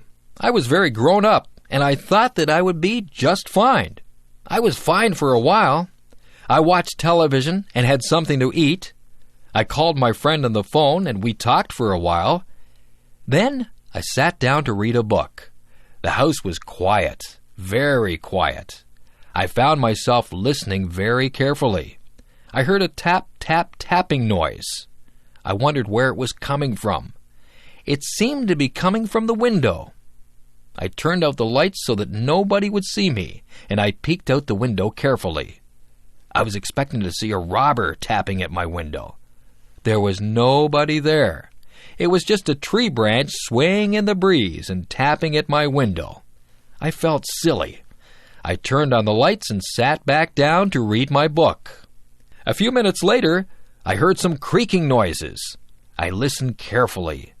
Then I heard a clunking noise. I think it might have been the furnace. Then there was a whirring noise. My imagination began to play tricks on me. I was imagining that there were all kinds of creatures in the house. I told myself to grow up. I wouldn't let my imagination run away with me. I was glad when my parents got home. I told them about all the noises that I had heard. My parents laughed and said that all houses make noises. We're usually just so busy that we don't hear all the noises that go on. I have stayed home alone many times now. I just ignore all the little creaks and noises that I hear. I'm still alert and listen for anything suspicious, but I know that there are lots of noises that are harmless. That tree that taps on my window still frightens me sometimes, but I'm a lot braver now than I was the first time that I stayed home alone. Family. What does the word family mean to you? The easiest way to define family is to talk about who you are related to. Usually there is a mom and a dad, and children who are brothers and sisters. This would be the core family. Then there is the extended family, which would include grandparents, aunts and uncles, cousins, nieces, and nephews, and in-laws. People married to your brothers or sisters, husband or wife. However, I think the word family has a much deeper meaning. The word family brings words to my mind like love, support, help, kindness, fun, love, trips, closeness, love, forgiving, sharing, love, understanding, respect, and love. You'll notice one word that is repeated over and over again: love. I believe if a family has real love for one another, they will be able to overcome any problems they may have. Actually, they may not have too many problems if they all love and respect one another. However, there are things that cannot be helped, like death, sickness, or accidents. It is during those hard times that a family's love helps them to go through those experiences. We had quite a few children in my family. There were brothers and sisters, which included an adopted brother and a number of foster children too. I was also very fortunate that I had both my mom and dad to live with and do things like vacations together. We had a lot of fun, and there were some times of tears too. Above all, we love one another. Family is a wonderful thing. I am so lucky. My first job. My first real job was during my last year of high school. I had taken classes in various business subjects. In that last year of high school, we could do a co-op. That meant we could work part of the time instead of going to school. It would count as a credit towards our diploma. The place I got a job was at a men's tailor shop. The owners were a very nice older German couple. They had 2 other men working for them too. One of the men had had brain surgery for cancer. He had a big, long scar all around the top of his head. He told me all about it. He was always happy and full of fun. I thought he was very brave. The tailor shop made suits to order. One of the salesmen would measure the man, and the customer would choose a fabric and style for he or his wife liked. The people in the back of the shop would then cut and sew the suit. The suits cost a lot of money. There were also suits already made that the customer could buy instead if they wished. They could also rent suits or tuxedos for weddings or parties. I worked at a little desk. I answered the phone, wrote letters, filed papers, and did some bookkeeping. It was about a mile walk from my school to work. I passed many clothing shops. That wasn't good because I spent a lot of my money that I earned in those shops. I worked at the tailor shop for almost a year. It was a good experience and helped me get my next job with the United States Navy. That was fun too. Video designed by EngLish7levels.com. First trip away from home. Today I'm going to my friend's house. Her name is Valerie. This is going to be my first trip away from home without my parents. My dad is driving me to Valerie's house, and I'll be staying there for 2 weeks. Her mom will drive me back home. It takes about 1.5 hours to get there. I have to pack enough clothes for play, work, and church. I hope I'll pack the right things. Of course, I have to remember my toothbrush and hairbrush. Valerie lives on a farm. I'll be helping her dad with milking the cows, I think. We'll play up in the hayloft after we have helped put the bales into the barn. We'll be all itchy when the job is done. There are a lot of things to do on a farm. Her mum is a good cook and will feed us well. There is a nice pond where we can go swimming. I mustn't forget my bathing suit. I wonder if the farm dog comes into the pond too. That would be funny. My dad and Mum are giving me money just in case we go shopping. I hope we do go shopping because I want to buy lots of candy. I won't tell my Mum that. Oh dear, I hear Dad yelling, "Let's go!" I haven't even finished packing my things yet. I guess I better stop writing this now and get busy fast. Bye. My job. I work at a conservation park called Balls Falls. I've only worked there for 3 weeks now. I am a tour guide, and I tell people the history of all the old buildings there. Somebody told me that one of the houses I work in is haunted. Now I get chills every time I walk into that house.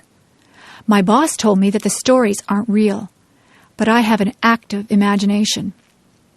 Balls Falls is very beautiful. It has 2 different waterfalls, the upper falls and the lower falls. There used to be tons of water cascading over them, which turned a big water wheel to grind grain. However, through the years, the amount of water has really lessened. I love working at Balls Falls because I get to work outside a lot. I'm getting a tan.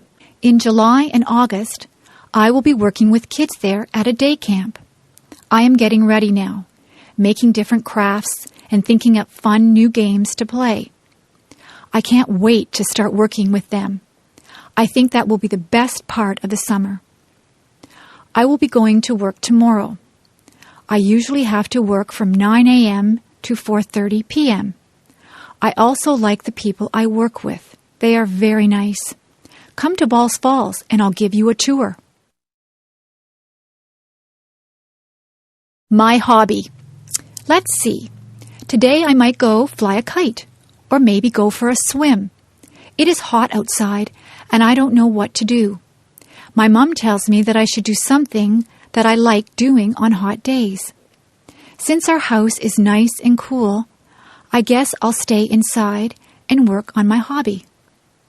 My hobby is something that not a lot of people do. I make and collect bookmarks. To make my bookmarks, I use stickers and special art pencils to draw. I buy the stickers at a mall, usually in a card store. The art pencils are bought in an art store. To make the bookmarks, I start with a piece of paper. I measure out how big I want the bookmark to be with a ruler. I once made a bookmark so big that it couldn't even be used in a very big book. After I measure it, I draw lines so that I can cut it straight.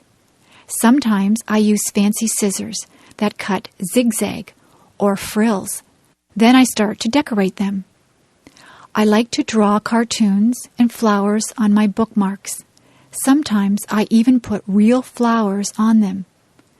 A lot of the time, I write little sayings on the bookmarks. I like to give my bookmarks to friends and family. Sometimes I even sell my bookmarks to people. I like my hobby. I can draw whatever I want on the bookmarks. Maybe sometime in the future, I will be a famous bookmark maker and even have my own store. If I had $1 million. If I had $1 million, I'd travel the world. I would go to the highest mountain. I would swim the deepest sea. I would probably buy a lot of clothes because I love clothes. More than anything, though, I would want to visit Ireland. I want to see the rolling hills and the green, green grass that everyone talks about. When I think of Ireland, I think of where my family came from many years ago. I am almost all Irish, and I would love to see my family over in Ireland. If I had $1 million, I would buy a Mustang or a Pontiac Sunbird car. I would buy a nice house with a big backyard and an outdoor and indoor pool. I would love to take my family wherever they wanted to go. I would buy them wonderful presents, too. However, I know that money does not buy happiness. It does not buy you friends or family. It may bring some happiness only for the moment, but in the long run, your family is what will be there for you if you love them and are there for them. If I had to pick between $1 million and my family, I would pick my family. The $1 million is a nice dream. If that dream ever comes true and I do get a lot of money, I hope I would use it wisely. A picnic. What a great day for a picnic. We're not only having a picnic, we're having a big bike ride too. We did this last year with a lot of friends also. It was really fun. We meet quite early in the morning in a pretty little town. The town is where the Niagara River flows into Lake Ontario in Canada. The town's name is Niagara-on-the-Lake. Then all of the people, 50 or more, get on their bikes or rollerblades. We go on a bike path beside the river. The path we take is about 11 kilometers or 6 miles long. There are a lot of people using the path, too. We usually stop for an ice cream treat near the end or where we turn around to go back to our cars. It is just before the park where we will have our picnic and a steep hill. Many of the men and boys go up the hill. Most of the women and children go back to their cars. The ride takes about 2 hours plus whatever time we take at the ice cream store. After the ride is finished, we go to the park. We have a delicious potluck lunch. Potluck means everyone brings some food to share with the others. We eat, rest, talk, and laugh. After we've cleaned up, some of us climb the tower that is there remembering a war at that place and its general. It is a steep climb, over 100 steps. We usually end the day with a fun game of baseball or soccer. Finally, we pack up our stuff. Tired and dirty, we head for home with good memories swimming in our heads. Working in my yard. I live in a house that has a small yard around it. In my yard, there is a lawn and a garden. There is also a sidewalk that leads to my front door and a driveway that leads to my garage. Throughout the year, I work to maintain my yard. During the summer, I cut the grass that grows in my yard using a lawnmower. I like the smell of the grass when it has just been cut. But it's better not to cut the grass too short. When the weather is dry, I also put water on the lawn and garden so that the grass and flowers can grow. During the autumn, many leaves fall from the trees in my yard.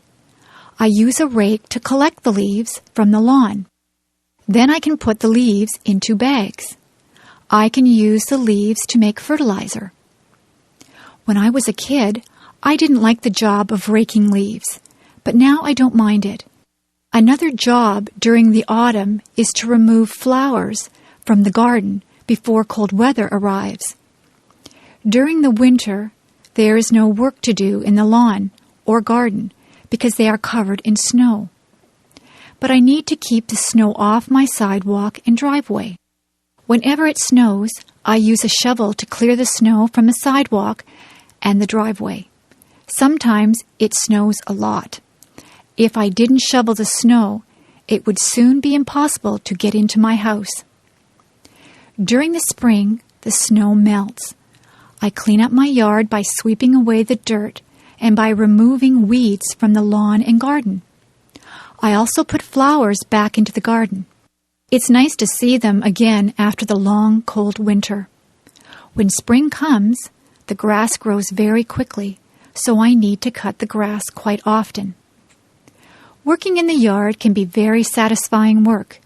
It's so nice when the lawn and garden are looking green and healthy.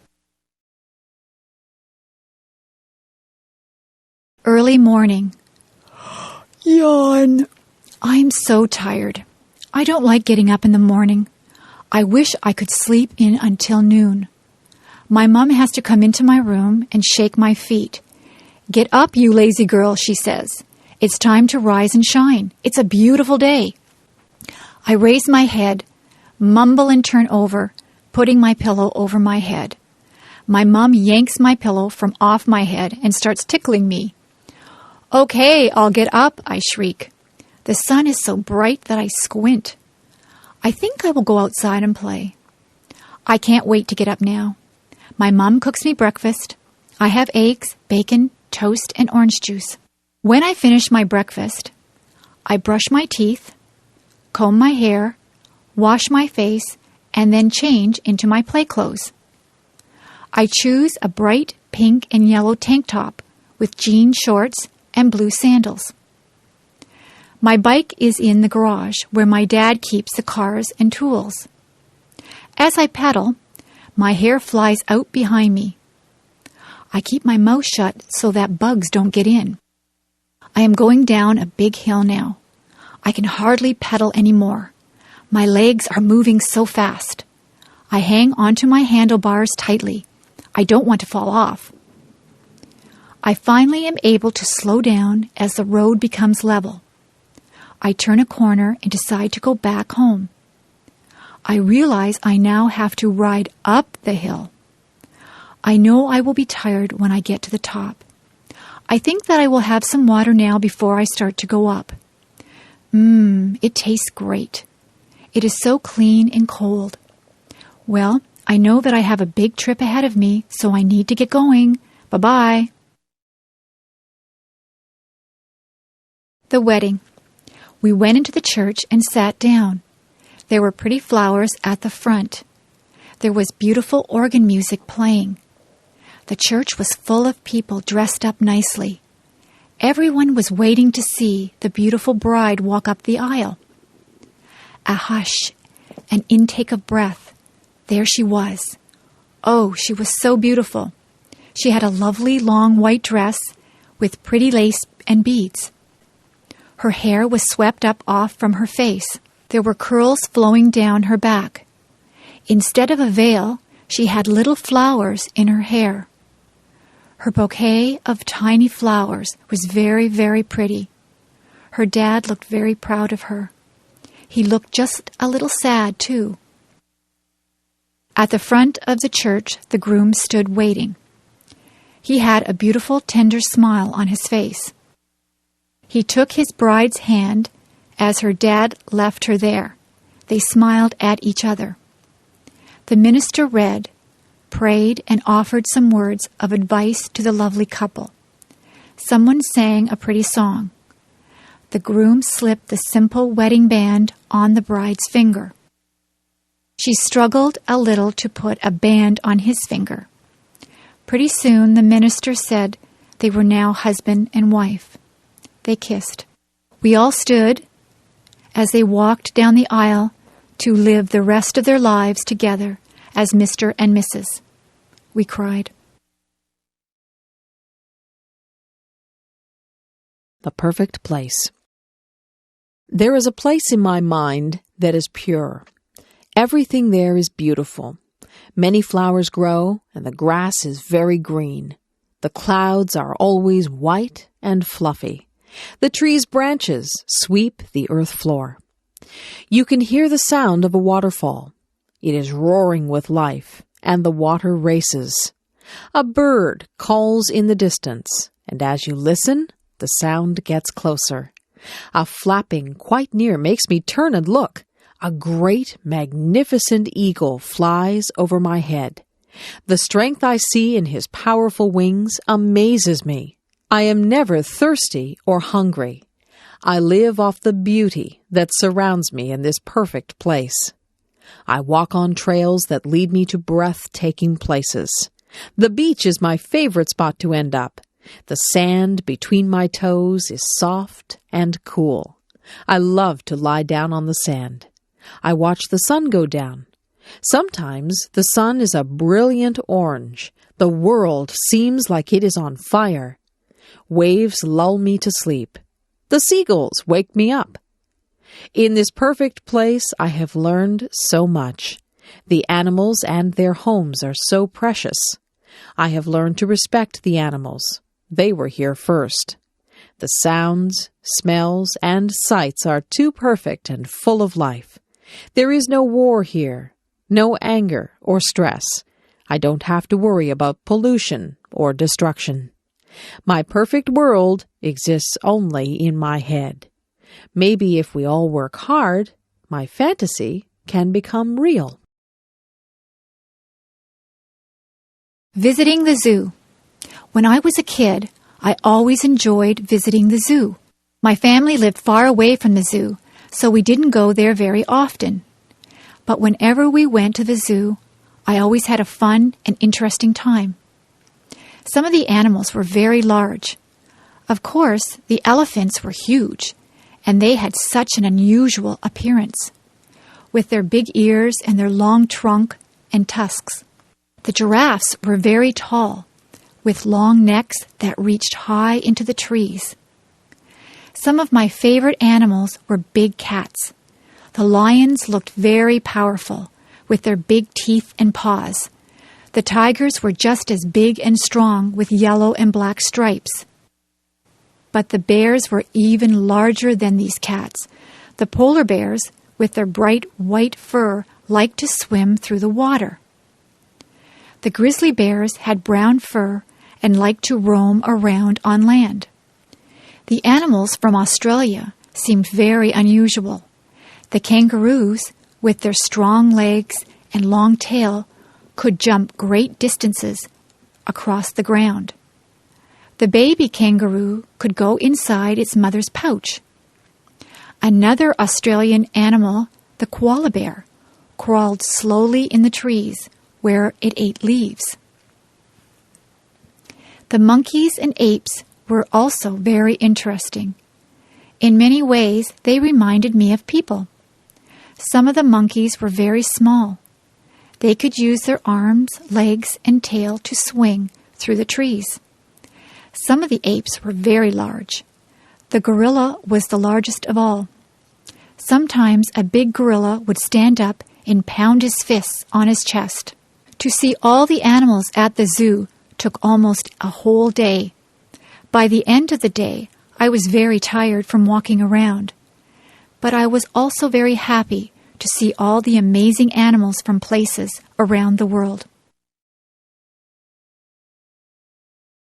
The dentist appointment.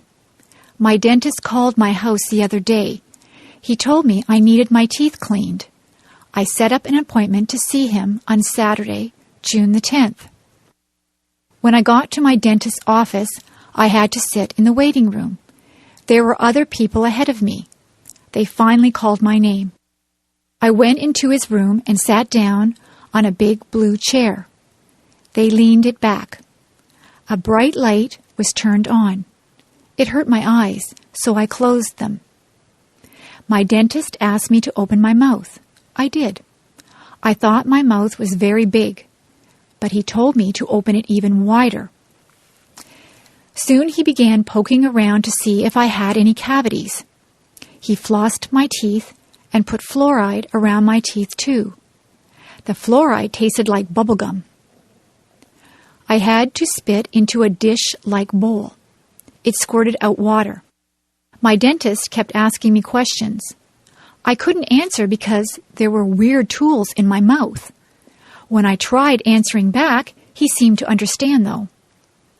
His helper came into the room. She asked me to open my mouth again. I had to clamp down on something that felt like rubber. She put a big camera-type machine right next to my cheek. She did this on the other side of my face as well. They took 2 pictures of my teeth. It was really cool. The dentist told me my teeth were perfect. I didn't have any problems. I could go home. See you next year, he said. Daydream. Little Annie was very bored one lazy afternoon. She had nothing to do. She had already played with her brothers in the sandbox and had tea with them and her dollies too.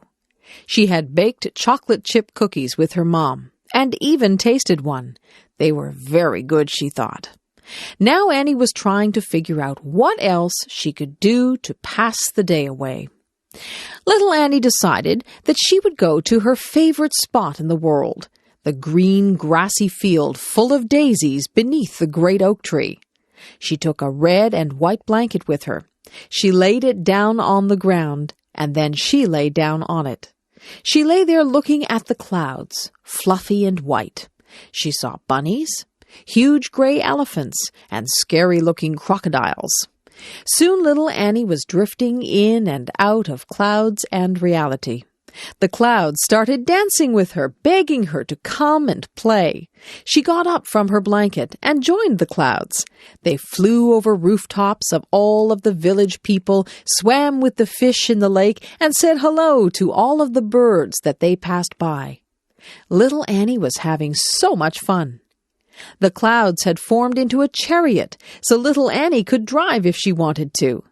She drove over a rainbow that was bright in the sky. Then she shot through the branches of her friend's spruce tree. Annie suddenly came to a stop. Hearing someone call her name, Annie looked around. She blinked once, twice, and finally everything came into focus. Her brother was tugging at her leg, wondering why she was staring into outer space with a big grin on her face. "Oh," little Annie said, not really knowing that she had been sitting there all along. My friend in the next office. When I started my job a year ago at the university, I did not know my way around. I did not know where to find anything. I had a million questions. But Diane in the next office took me on a tour showing me the places to eat, the library, the lecture rooms, where to get a picture ID card, how to get from one building to another. When I had a question, I asked Diane how to use the telephone, where to make copies, where to print with my computer, the location of my mailbox. She teaches as I do. We both spend a lot of time helping students and answering their questions. She giggles a lot. I hear her laugh with her students. Sometimes she asks my advice about her work or about a problem, and I ask her advice. Sometimes she comes into my office and says, "I am really angry. Can I whine to you?" Then she talks about a problem, and I listen. And then she returns cheerfully to her office. Sometimes I go into her office and say, "I'm upset about something that happened. Can I come in for a minute?" Then I grumble to her, and she listens, and then I go back cheerfully to my office. Each of us feels better when we have shared our problems.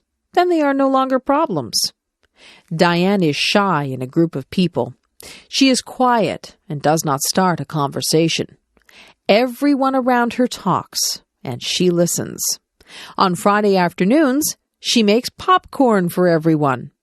We all sit in the staff room and eat microwaved popcorn and drink tea and talk. We start to relax for the weekend and talk about our plans. She is a good friend. She helps my students when I am not there. She wishes me good luck when I go to a lecture. I am very glad that she can be my friend in the office beside mine.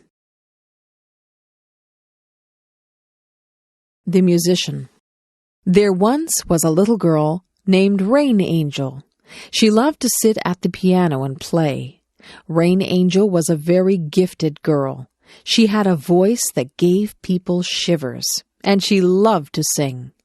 As Rain got older, she continued to love music. Rain became involved in the choirs and bands at her high school. She loved performing in front of people. She couldn't help but feel the sense of power she had when she was up on stage, and there was always loud clapping when she finished a song. Rain soon went out on her own and looked for someone that could help her become famous. Rain wanted to share her talent with the world. She felt that her special talent for music helped people feel good. Rain went out into the big world and she did very well. She was always performing her best, and someone finally noticed her. Her new agent helped her to make her first album. Rain became famous because she never quit trying. Rain loved her new way of life. She continued singing and playing her piano. She was even taught how to write her own music. Rain Angel had always dreamed of becoming a celebrity. She always remembered her friends and family when she was famous because they had always believed in her. Rain Angel strove for a faraway place, and it became her reality. She always believed that what she wanted to become was her choice. She believed that if you have the strength and determination, you can make your dreams come true. The circus. Wow! A big tent was in the middle of the town's parking lot. We were going to a 3-ring circus.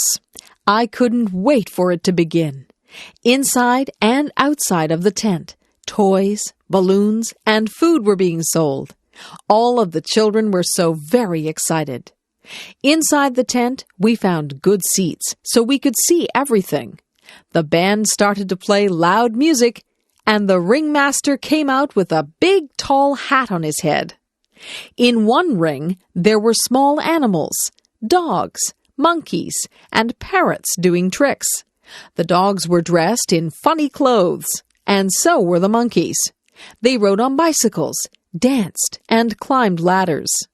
There were wild tigers and lions in a big round wire cage. A man with a whip was inside the cage with them. He had them trained to jump through a hoop of fire and to roll over. He even kissed them. He was very brave. During the break in the middle of the circus, funny clowns came out and did silly things. They had happy faces and sad faces. Some had big red noses that honked if you squeezed them. There were rides on elephants, too. I didn't go on one because it cost too much money. The last act took up the whole tent. It was the acrobats. They hung from their teeth, their feet, and their necks high up in the air. They also swung high up in the air and flew to each other. It's kind of scary to watch because I was afraid they might fall. I had a very good time at the circus. However, my tummy felt kind of sick from all the cotton candy and junk food I ate. Going to the grocery store. Each week, I go to the grocery store to buy food for my family. I get a shopping cart from the front of the store, and I push the cart all around the store. The cart is large, but when I am finished shopping, the cart is nearly full. The grocery store is also called a supermarket. When I go shopping, I start out in the produce section of the supermarket. The produce section is where the fresh fruits and vegetables are kept. I like to buy different kinds of fruit, such as apples, oranges, and bananas. The vegetables that I often buy are carrots, peas, and corn. I also buy tomatoes when they are bright red in color. I often buy a bag of potatoes or a bag of rice. After visiting the produce section, I go to the meat section. Here I buy poultry, such as chicken and turkey. I often buy seafood, especially fish. I also buy beef, and sometimes pork or lamb. I also visit the dairy section, where I can buy milk and cheese. Sometimes I also buy ice cream or yogurt. When I have finished in the meat and dairy sections, I then move to the bakery section. This is where loaves of bread are baked and sold. There are many different kinds of bread in the bakery section. The bakery section also sells pasta, such as macaroni and spaghetti. And of course you can buy pies, cakes, and cookies in the bakery section. These foods are very sweet and tasty. I also pick up a few other things at the supermarket, such as soap, toothpaste, and cleaning supplies. But sometimes I forget to buy something that I plan to get. Maybe I should make a list of the things I need to buy. A day at the beach. When the hot summer weather arrives, many people like to cool off by visiting the beach. Often there is a cool breeze that comes off the water. And of course the water itself is cool and refreshing. One of the favorite activities at the beach is building sandcastles. Children use small shovels and pails to move the sand. They can build small forts and castles by carefully forming and shaping the sand. Building sand castles is a lot of fun, but you shouldn't build them too close to the water. A wave might come and wash your sand castle away. There are also many games that people like to play at the beach. Some people play catch with a small plastic disc called a frisbee. The frisbee glides smoothly through the air. Other people like to play beach volleyball in the soft sand. Some people prefer just to relax on the beach. They like to lie down on a blanket and feel the warm sunshine. I like to sit on the beach with an ice cream cone, but you have to eat it quickly before it melts. Of course, the main attraction of a beach is the water. Many children learn to swim at the beach and enjoy playing in the water. Some people like to swim vigorously. Other people like to relax in the water on an inflatable floating mattress. Other people just wade around in the water as a way to keep cool. When it is a windy day, some people try sports, such as surfing. Going to the beach is surely one of the best ways to spend a summer day. Video designed by EngLish7levels.com. Making cookies. Something smells good. My friend's mom is making cookies. They are chocolate chip, my favorite.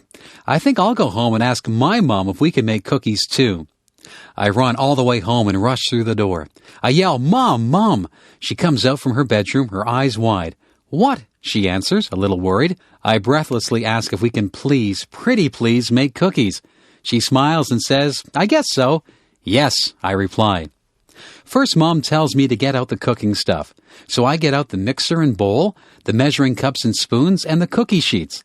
Then she tells me to get out the recipe book. I remind her that the recipe is on the chocolate chip package. "Right," she says. Then she asks me to look at the recipe and get out the things we need, like flour, sugar, and butter.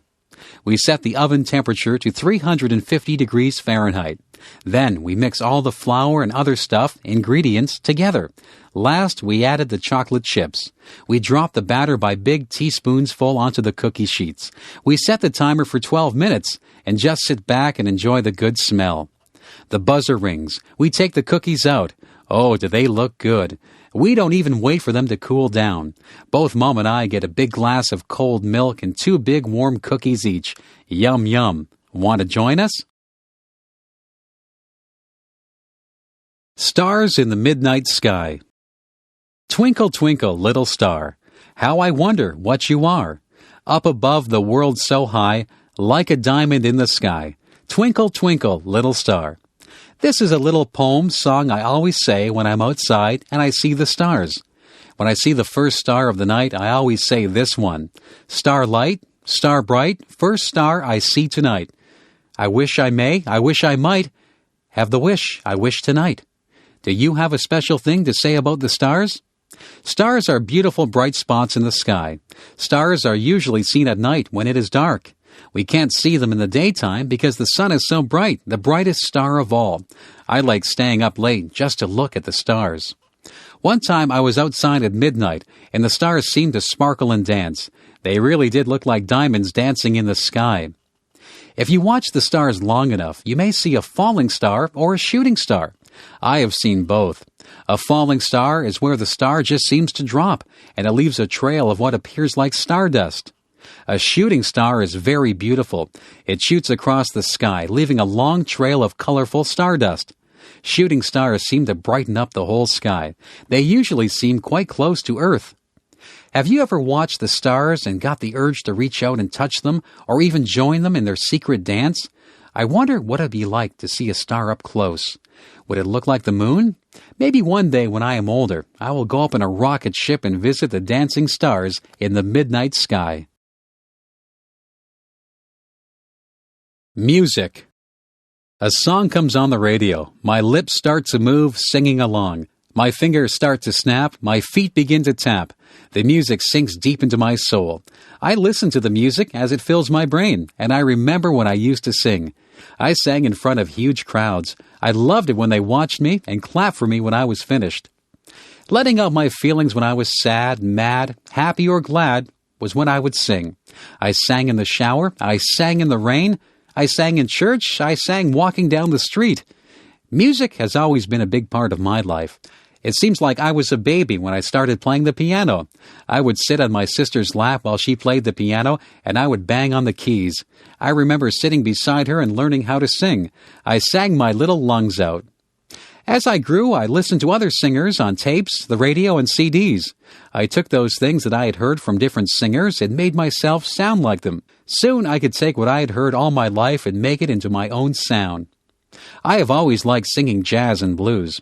I don't listen to jazz and blues a lot, however. I listen to pop, rock, classical, and some country. As you can see, I like many types of music. I have seen musicals too, like Phantom of the Opera and Les Miserables. Those musicals were amazing. They were such bright costumes and stage sets, not to mention the wonderful songs and singing. Music has been on this earth since the beginning of time, and it touches everyone in a different way. I know it has not only touched mine, but is a big part of my very being. First date. Ring, ring. The phone is ringing. My mother answers it. Hello, she says. It is for me. When I pick up the phone, I hear a boy's voice.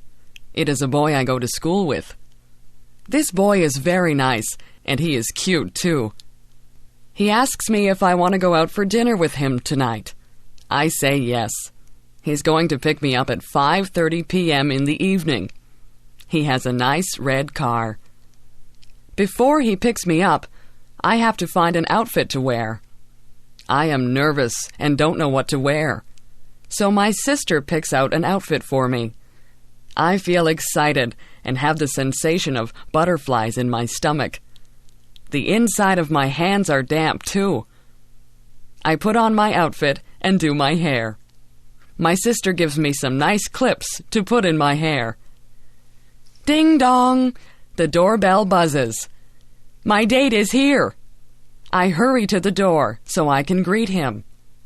He tells me that I look nice and that we are going to a place called MT Belly's.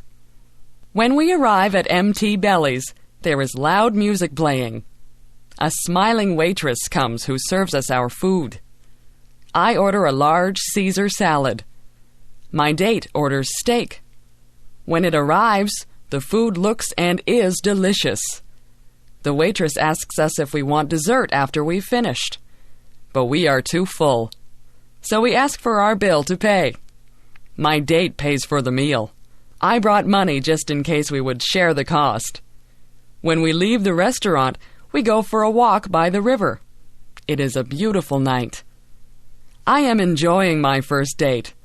I am laughing and having fun. It is time for us to go home.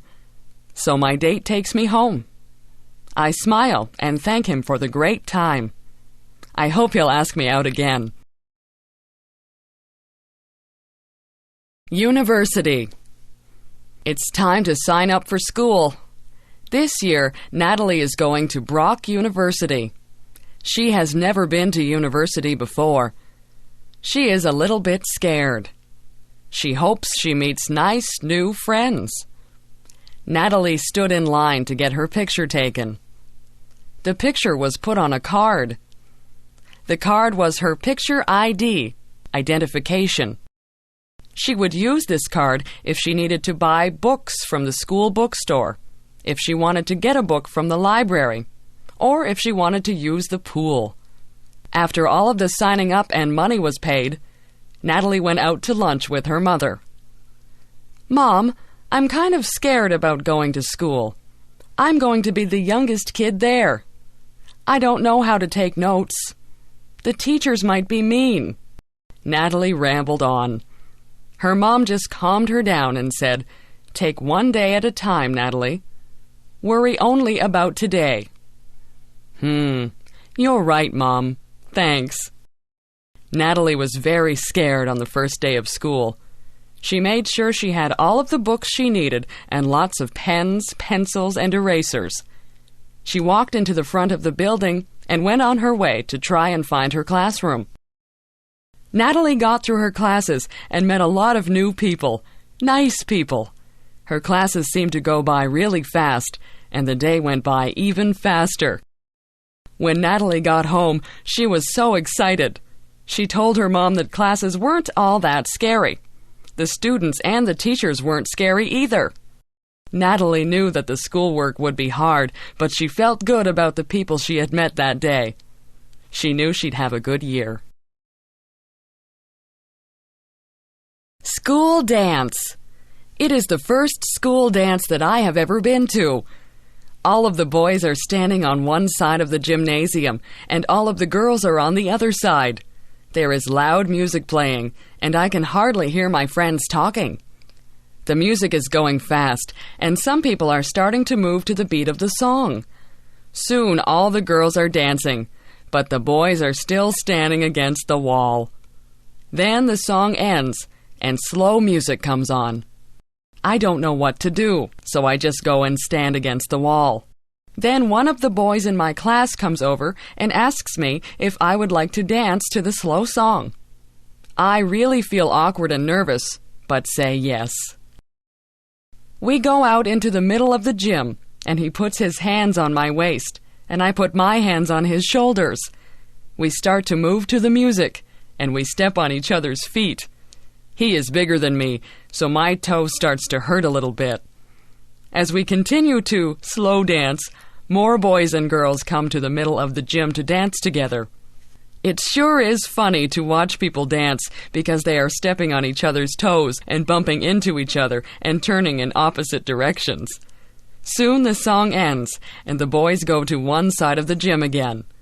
The girls decide that they want to dance to a fast song, so they stay in the middle of the gym and dance with one another. Our teachers are making sure that we are behaving because they are watching us. I wonder if they want to dance. They probably are remembering their first school dance. I wonder if someday I'll be grown up, just like the teachers, and laughing at the memories of my first school dance. I sure hope so. Health. Our health is very important to us. People can have good jobs, money, or good looks. However, if they become sick, those things don't mean a thing. It is wonderful to feel good. Feeling good isn't just about our body. It is also about our mind and spirit. We need to feel good in every area of our life. One of the things we can do to be healthy is to get enough sleep. If we don't sleep well, or enough, it hurts our body. It is during sleep that our body restores itself.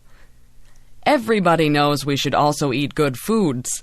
We need milk products, meats, fruits, and vegetables, and breads and cereals. We shouldn't eat too much fat or sugar things either. Of course, we just shouldn't eat too much at all. Another thing that is very important is water. Most people... And we need to keep that replaced with good water, often. Exercise is very good for both our body and mind. It is good for our heart, lungs, muscles, and bones. It gets oxygen to our brain to help us think better. It can help us be smarter. Doing things that we believe are right and good gives us peace inside. It makes us nicer people and is good for our spirit. When we do what we know is right, it helps to reduce stress, which isn't good for any part of us. When we take care of our body, mind, and spirit, we feel good all over and inside too. What a beautiful world this would be if we could all work at doing these things for ourselves and also trying to be a help to others. Halloween. Ghosts, goblins, witches, princes and princesses, kings, queens, skeletons.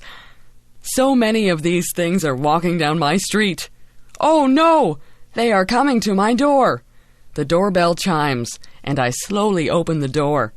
There, standing on my front porch, is a little ghost and a cute little witch. They hold up a bag and say, "Trick or treat." I put candy into their bags, and they smile and say, "Thank you." Every October 31st is Halloween. That is when children dress up as different things. Not just funny people, but things like animals or fruits or vegetables. They go from door to door and get different candies or little toys from the people in the houses.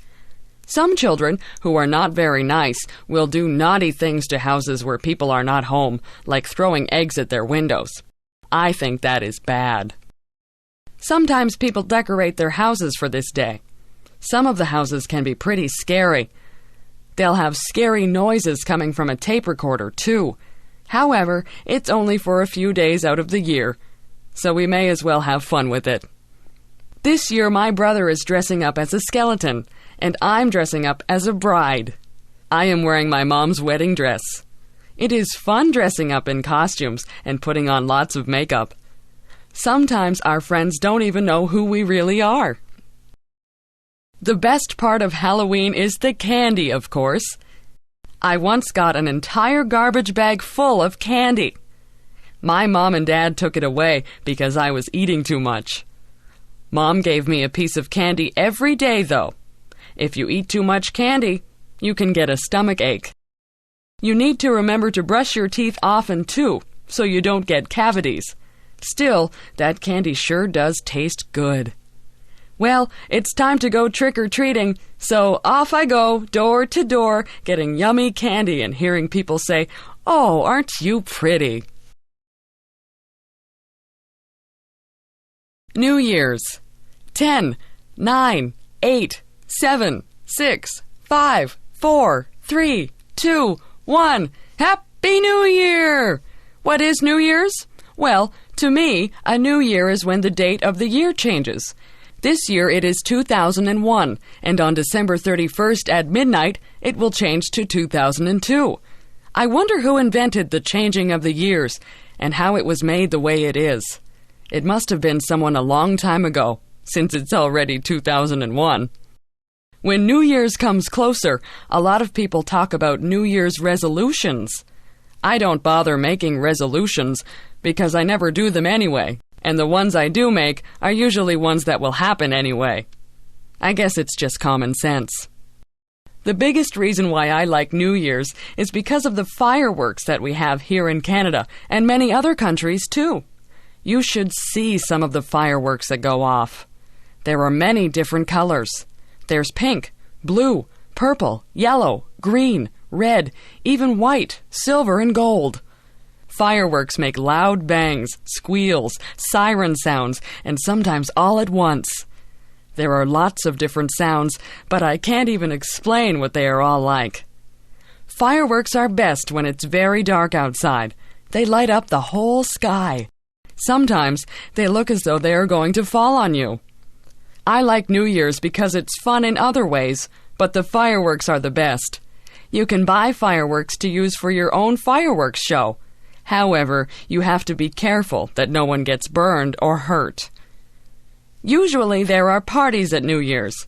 Some people really dress up fancy and even wear masks.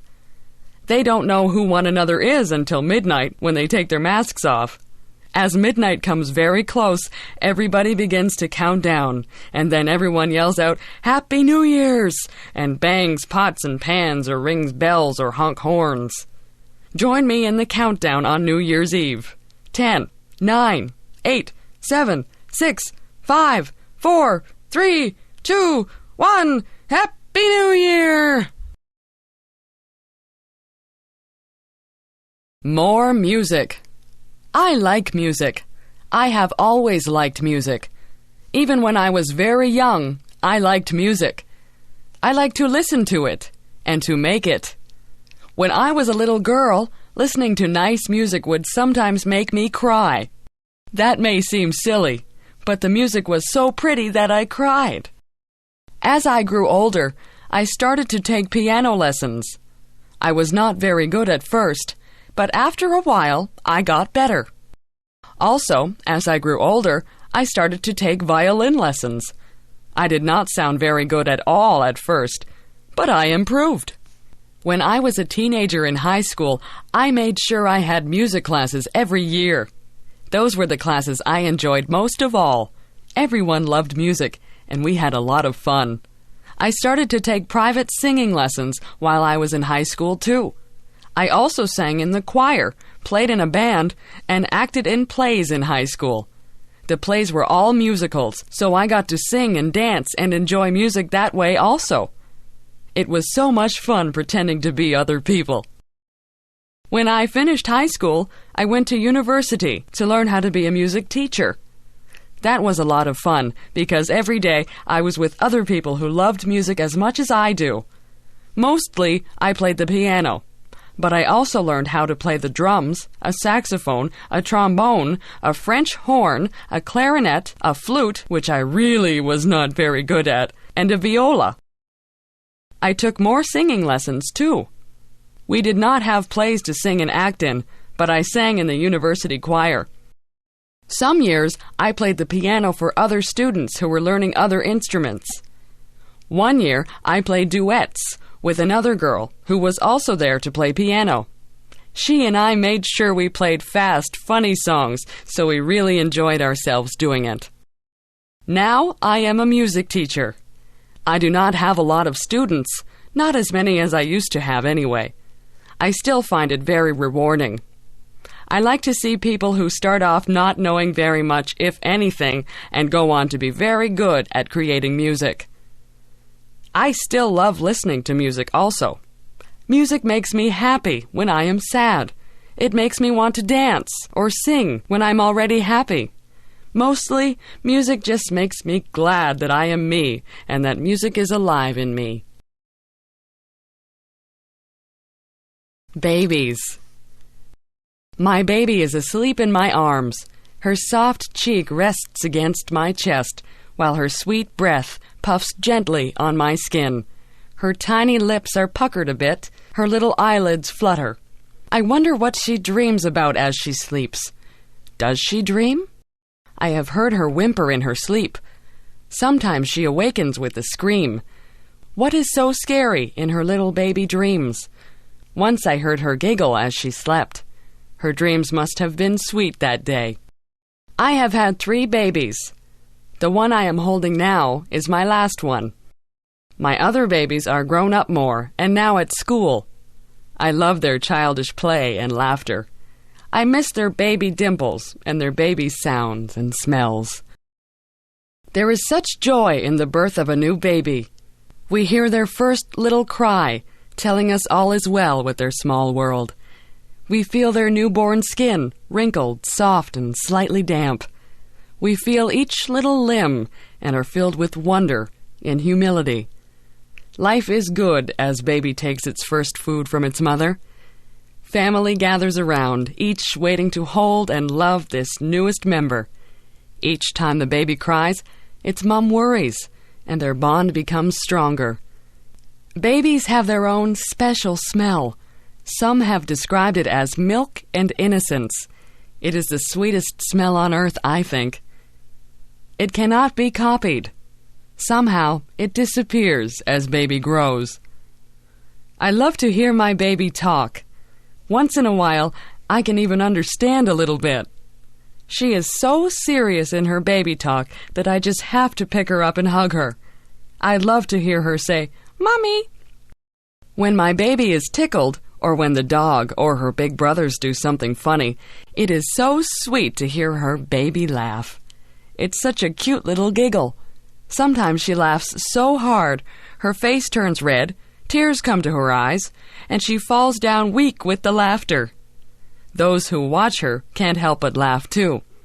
I hope she always laughs so easily.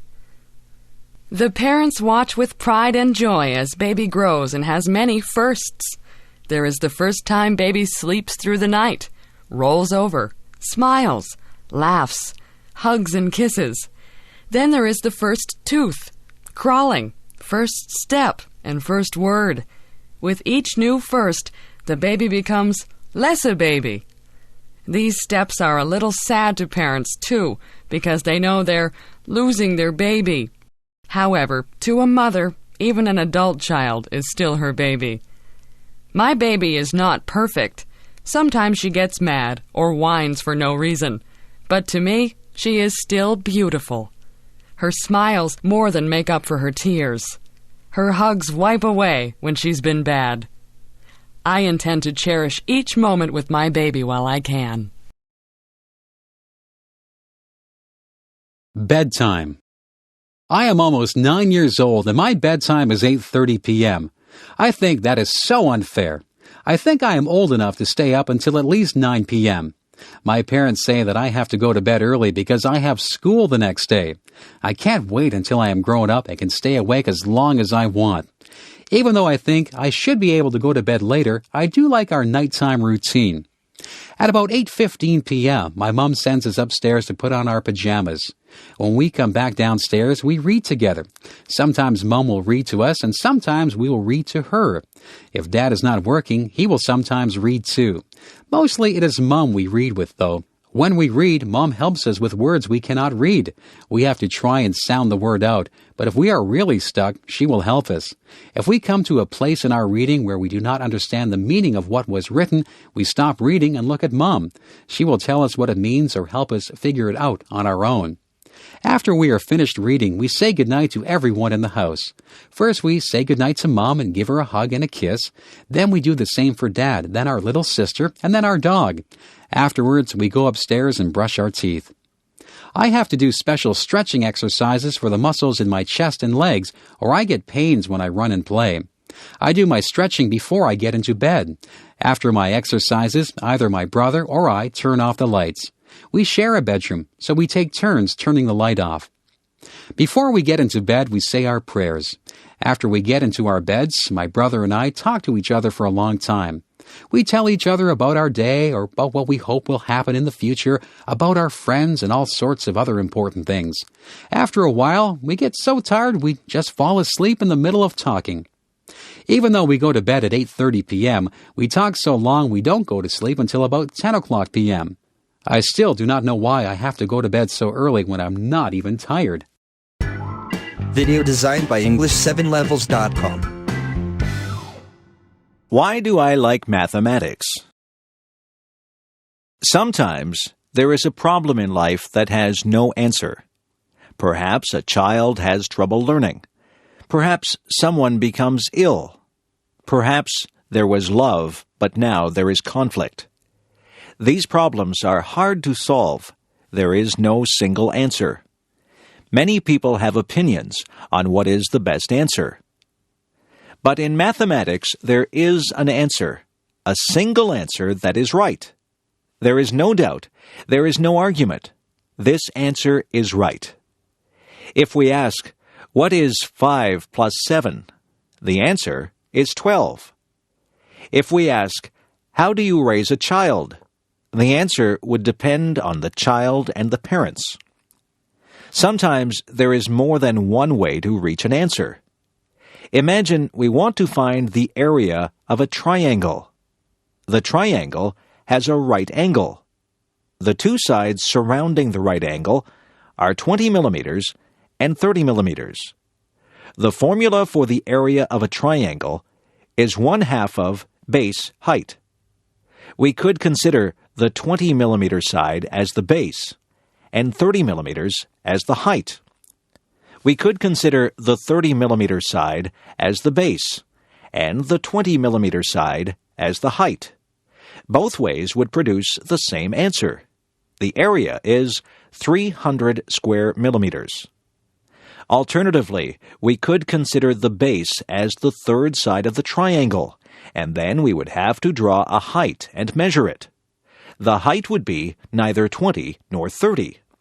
But still, we would end up with the same answer. In math, the answer does not change. Another reason I like math is the way it brings order. There can be a whole set of numbers or a whole set of measurements that mean nothing until mathematics organizes them into a pattern. An average number can be found. Graphs can be drawn. The spread of the numbers and probabilities of a certain number happening can be calculated. This is like having a whole lot of dirty dishes after supper. Applying math is like washing and sorting the dishes and putting them back into the cupboard. Math is a powerful tool. Math should be our friend, and we will find more ways to use it to better our lives. My sister's visit to Canada. My sister had never been to Canada, but came for a visit last April. I picked her up at the airport in Toronto and drove her through the traffic and multi-lane highways, past the grapevines and peach trees to Niagara Falls, where I live. She was very tired from the flight and soon slept. The first day, we walked to see the falls. The spray from the falls drifts high into the air and across the people standing to watch. There are people from all over the world watching the water and using their cameras. Because it was April, there was still ice beside the water, huge chunks of ice that looked like white rocks. In the river, there were floating pieces of ice moving downstream. The next day, we went to the town where the Niagara River joins Lake Ontario. The weather was warm. We walked a long way, and our feet were hot, so we went down to the edge of the water to put our feet in. One toe in was enough. The water was so cold it made our feet ache. A piece of ice drifted beside our feet. I put one foot in for a second, then out, as the pain of the cold went right through me. My sister could not understand how it could be so warm, but there was still ice. Another day, we went to see my daughter. She is living on a farm, an hour's drive away. We walked through her trees. The buds were starting to turn into leaves. We stopped and looked at the spring wildflowers. We climbed across a creek by walking over a fallen tree. We saw the footprints of raccoons by the water. There was fresh air and sunshine and blue sky. On the way home, we stopped for hamburgers and fries at a drive-through restaurant. She had never been to a drive-through restaurant before. Then we went to a donut shop. There are no donut shops where she lives. There was a choice of 20 different types of donuts, some round, some with holes, some with frosting, some with jam inside. Each was different. The days passed quickly, and soon it was time to take her back to the airport. Some of the trees now had leaves. Some of the tulips were now blooming. It was hard to say goodbye to my sister. I hope we can visit again soon. A summer Sunday. Today the sun was warm. The sky was blue with a few white clouds. It was a good day to pick strawberries. It was a good day to go to the beach. I drove to a pick-your-own farm where people can pick their own fruit and buy it. There the fruit is very fresh and delicious. The owner of the farm gave everyone a row to pick their strawberries. Everyone was wearing sun hats. I knelt down on the straw between the rows and picked the big, juicy red berries. I tasted one. It was warm from the sun. When I bit into it, the juice was sweet and strong. When 3 big pails were full, I went to pay for them and picked up some recipes for some strawberry desserts. I packed 2 of the pails in a cooler with some ice, and the other one we would eat at the beach. I met my daughter at the beach. She had a soft pink blanket on the sand. This beach is beside a lake, and across the lake, about 50 kilometers away, the large city can sometimes be seen. Today, the wind blew cooler air across the lake over the people on the beach. There were children playing in the water. One man helped his son dig holes in the sand, and the water ran into the holes. One lady held her children's hands and walked down into the water. Families climbed over the rocks and sat on the last rock where the water was deep. Teenagers rode bicycles and rollerblades along the path beside the beach. Adults walked and ran along this path, carrying water bottles around their waists. We sat on the blanket and ate sandwiches of meat and lettuce and strawberries from the pail. We talked and read books and lay in the sun, relaxing. We wore sunscreen, but our skin was getting hot. How cold was the water? We walked across the sand that almost burned our feet to the edge of the water. She went right in and lay down floating. I put my toes in and felt the chill through my body. I went up to my knees, then my thighs, but that was far enough. My whole body was cooled down. I headed back to the blanket to lay in the sun again. Soon it was time to go home. She was coming to my house for supper. We drove down the highway with the windows open and our hair blowing in the warm breeze. We cut the strawberries up and made a strawberry dessert with cake and ice cream. We sat outside in the backyard under the maple trees with the birds singing around us and ate our supper. It was a perfect ending to a relaxing summer day. My parents. My parents live in England, and I live in Canada. I don't see them often. They used to come and visit on a plane, and we would pick them up at Toronto Airport. But now they are older and say the flight is too long for them. I went to visit them last year with my son, their grandson. They live by the ocean, and we could hear the sound of the waves through the bedroom window and see the blue water of the English Channel. There is an island with a castle on top in the bay. We walked many times on the beach and picked up pebbles and feathers. We visited the island and walked up the steep hill to the castle. My mother likes to cook. She makes delicious cakes and pies. We went for a hike and picked wild blackberries. She made them into a pie that smelled so good coming out of the oven and tasted so good on our plates. She has many cookbooks with recipes from all over the world and likes to try new things. She can make pastry very easily and rolls it with a rolling pin quickly. When I tried to make pastry, it sticks to the rolling pin. It has holes at the bottom of the pie, and it tastes like a rock. Her pastry is crisp and tender. My father likes to garden. He grows lettuce, carrots, potatoes, tomatoes, cucumbers, and many flowers. When my mother was very ill last year, she had to stay in bed. He planted roses outside her bedroom window, so she could open the curtains and see them. Their house has a small room with windows all around, and they plant seeds there in winter in small pots. The warmth from the sun makes the seeds grow, and in spring they are a good size to be planted outside. In the house beside them and in the house in front of them, there are older ladies whose husbands have died. These ladies do not drive, so my father takes my mother and the two ladies to the town for shopping every week. He helps one find her groceries because she cannot see well. He helps her take tapes of books from the library so she can listen to books instead of reading them because of her eyes. He helps them cut their grass and fix anything that is broken in the house.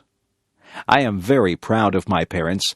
They are over 80 years old and often hurt when they move around, but still, they help other people and they help each other. They have been married for over 50 years, but still my father loves my mother enough to plant roses for her to cheer her up when she was ill. The planets of our solar system. The planet on which we live is called the Earth. Our planet is constantly moving around the sun, and each year the Earth travels all the way around the sun. But there are many other planets that also travel around the sun. Together with the sun, the planets, and various other bodies, the Earth is part of our solar system. The planet that is closest to the sun is Mercury. Mercury is extremely hot, and it is much smaller than the Earth. The second planet from the Sun is Venus. Venus is about the same size as the Earth. Venus is also very hot. The Earth is the third planet from the Sun. The Earth is unusual among the planets because it has such a large moon. The Earth is bigger than the Moon, but the Moon is still quite large. It takes about 1 month for the Moon to travel around the Earth. The fourth planet from the Sun is Mars. Mars is known for its red color. Mars is smaller and colder than the Earth. Mars has 2 very small moons. After the planet Mars, there are many small bodies called the asteroids. These rocky objects are much smaller than the planets. The first 4 planets are all made of rock and metal. The remaining planets, however, are mostly made of frozen gases. The 5th planet is called Jupiter. Jupiter is the largest planet. It has many moons that travel around it, and it also has a large red spot. The 6th planet is called Saturn. Saturn is the second largest planet, and it is famous for the wide rings that surround it. These rings are made up of many smaller objects that are found in the same area. The 7th planet is called Uranus. The 8th planet is called Neptune. These planets are also gas giants, but they are smaller than Jupiter and Saturn. Both Uranus and Neptune are so far from the Sun that scientists only discovered these planets during the past few hundred years using telescopes. The other planets had all been visible to curious people for many thousands of years. The 9th planet is called Pluto. Pluto is very small, and it is much more rocky than the gas giants. Some scientists believe that Pluto is not really a planet at all. They suggest that Pluto is the largest of many asteroids that are found at the edge of the solar system. The solar system is a vast place. So far, people have not traveled beyond the Moon. But perhaps someday, human astronauts will visit the other planets of our solar system. Learning to drive. Each year, many young people learn to drive a car. For many people, learning to drive is important because the car is an important method of transportation in many places. Before learning to drive a car, it is important to understand the rules of the road.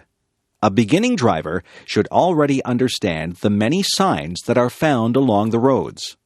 Also, the student driver should know the many rules about changing lanes, turning, stopping, and many other aspects of driving. In addition, the driver should be familiar with the way the car is operated. It is important to know how to use the lights, signals, brakes, accelerator, and steering wheel. When a person starts learning to drive, it may take some time to become skillful. It takes some practice to become an expert in driving a car. One must become familiar with steering, speeding up, and slowing down. At first, it is good to practice driving in a large open space, such as an empty parking lot. Here, one can practice without being a danger to anyone.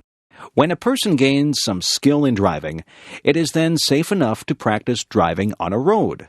Of course, a student driver must still be very careful. He or she should always have an expert driver in the car with him or her. Many beginning drivers take driving lessons from professional instructors who can teach safe driving techniques. Eventually, the young driver is ready for a driving test, which is needed to obtain a regular driver's license. This test is supervised by a government official. In the driving test, the driver must show that he or she can control the car with great skill by being able to make turns and to park the car in small spaces. But he or she must also show respect for the rules of the road by driving at a proper speed and obeying all traffic signs and signals.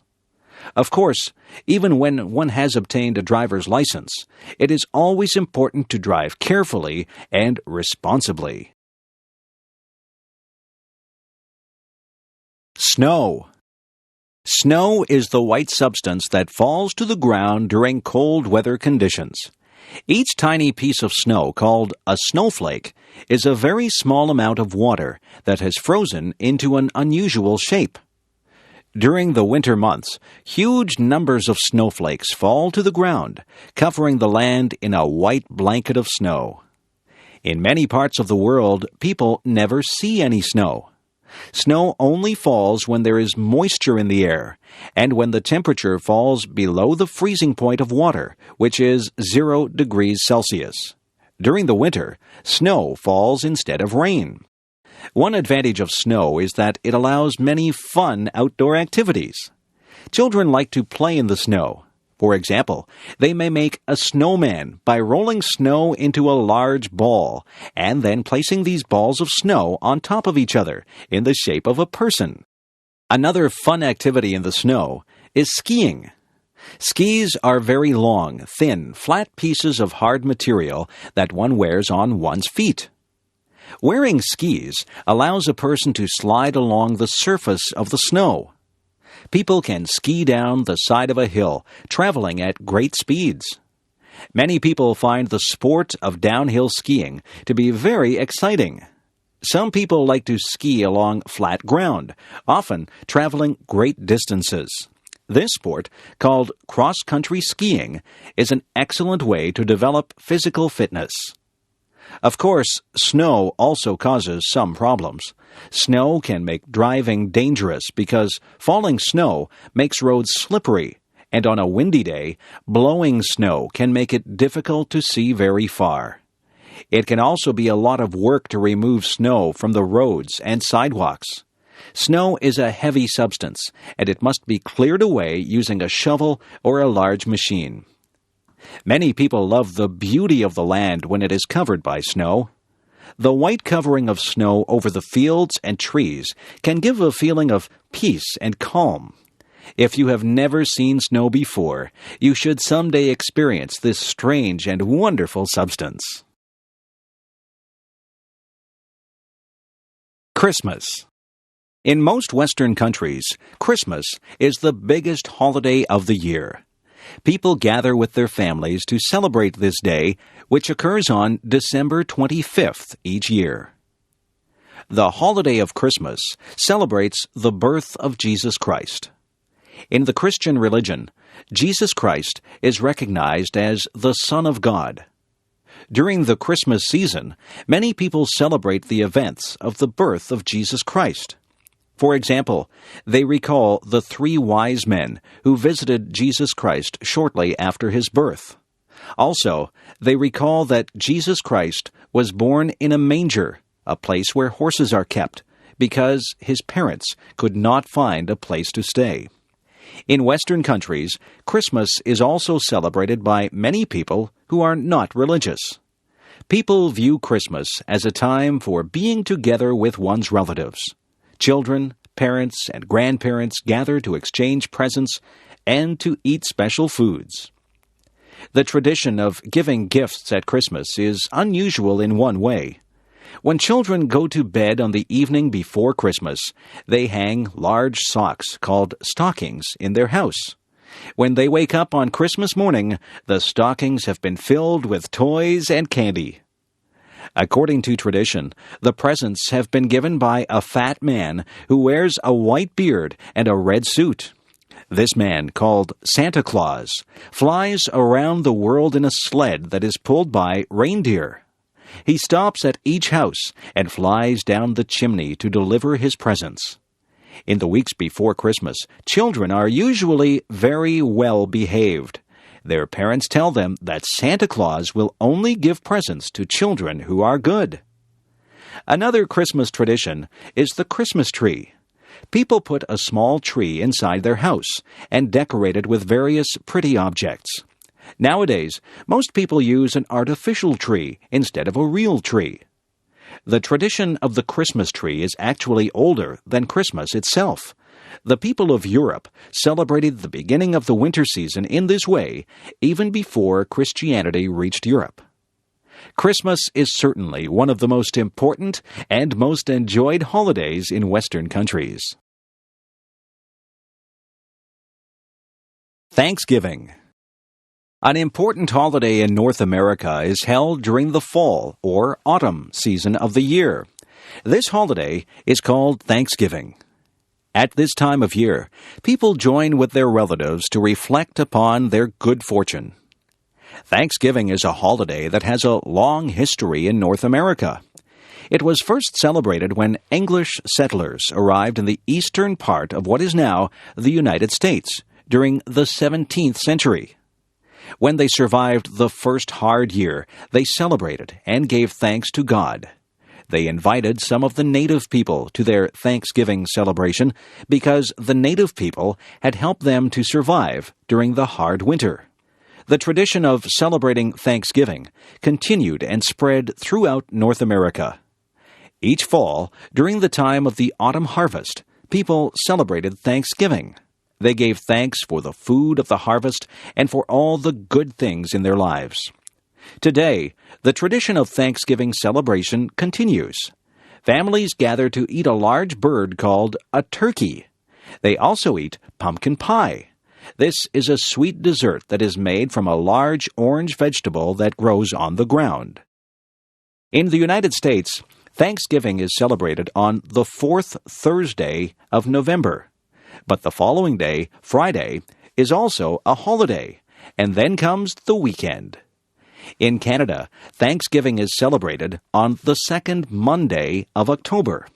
The reason for the earlier celebration in Canada is that the weather is colder than in the United States. This means that the harvest happens earlier in Canada, so Thanksgiving is held at an earlier date. But in both countries, Thanksgiving is a very pleasant time of year. Halloween. The holiday called Halloween is celebrated on October 31st of each year.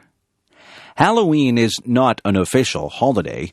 Everyone goes to work or to school on Halloween, just as on any other day. But Halloween is still one of the holidays that children like the most. Why do children like Halloween so much? There are two reasons: costumes and candy. On the evening of October 31st, children dress up in strange and unusual costumes. They wear costumes that may look like a witch, a monster, or many other weird things. Putting on these scary costumes is a lot of fun for children. After the children put on their costumes, they walk from house to house during the evening. The children carry large bags with them. At each house, they stop and knock at the door. When an adult opens the door, the children shout, "Trick or treat!" The adult who opens the door pretends to be frightened and then puts pieces of candy into each child's open bag. At the end of the evening, the children have visited many houses and have collected much candy. During the next several days, they can feast upon the sweet candies that they have received. Another Halloween tradition is very unusual. In each house, a family gets a very large, round orange vegetable called a pumpkin.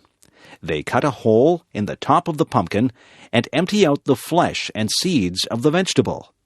Then they cut holes in the side of the pumpkin so that it appears to have eyes, a nose, and a mouth.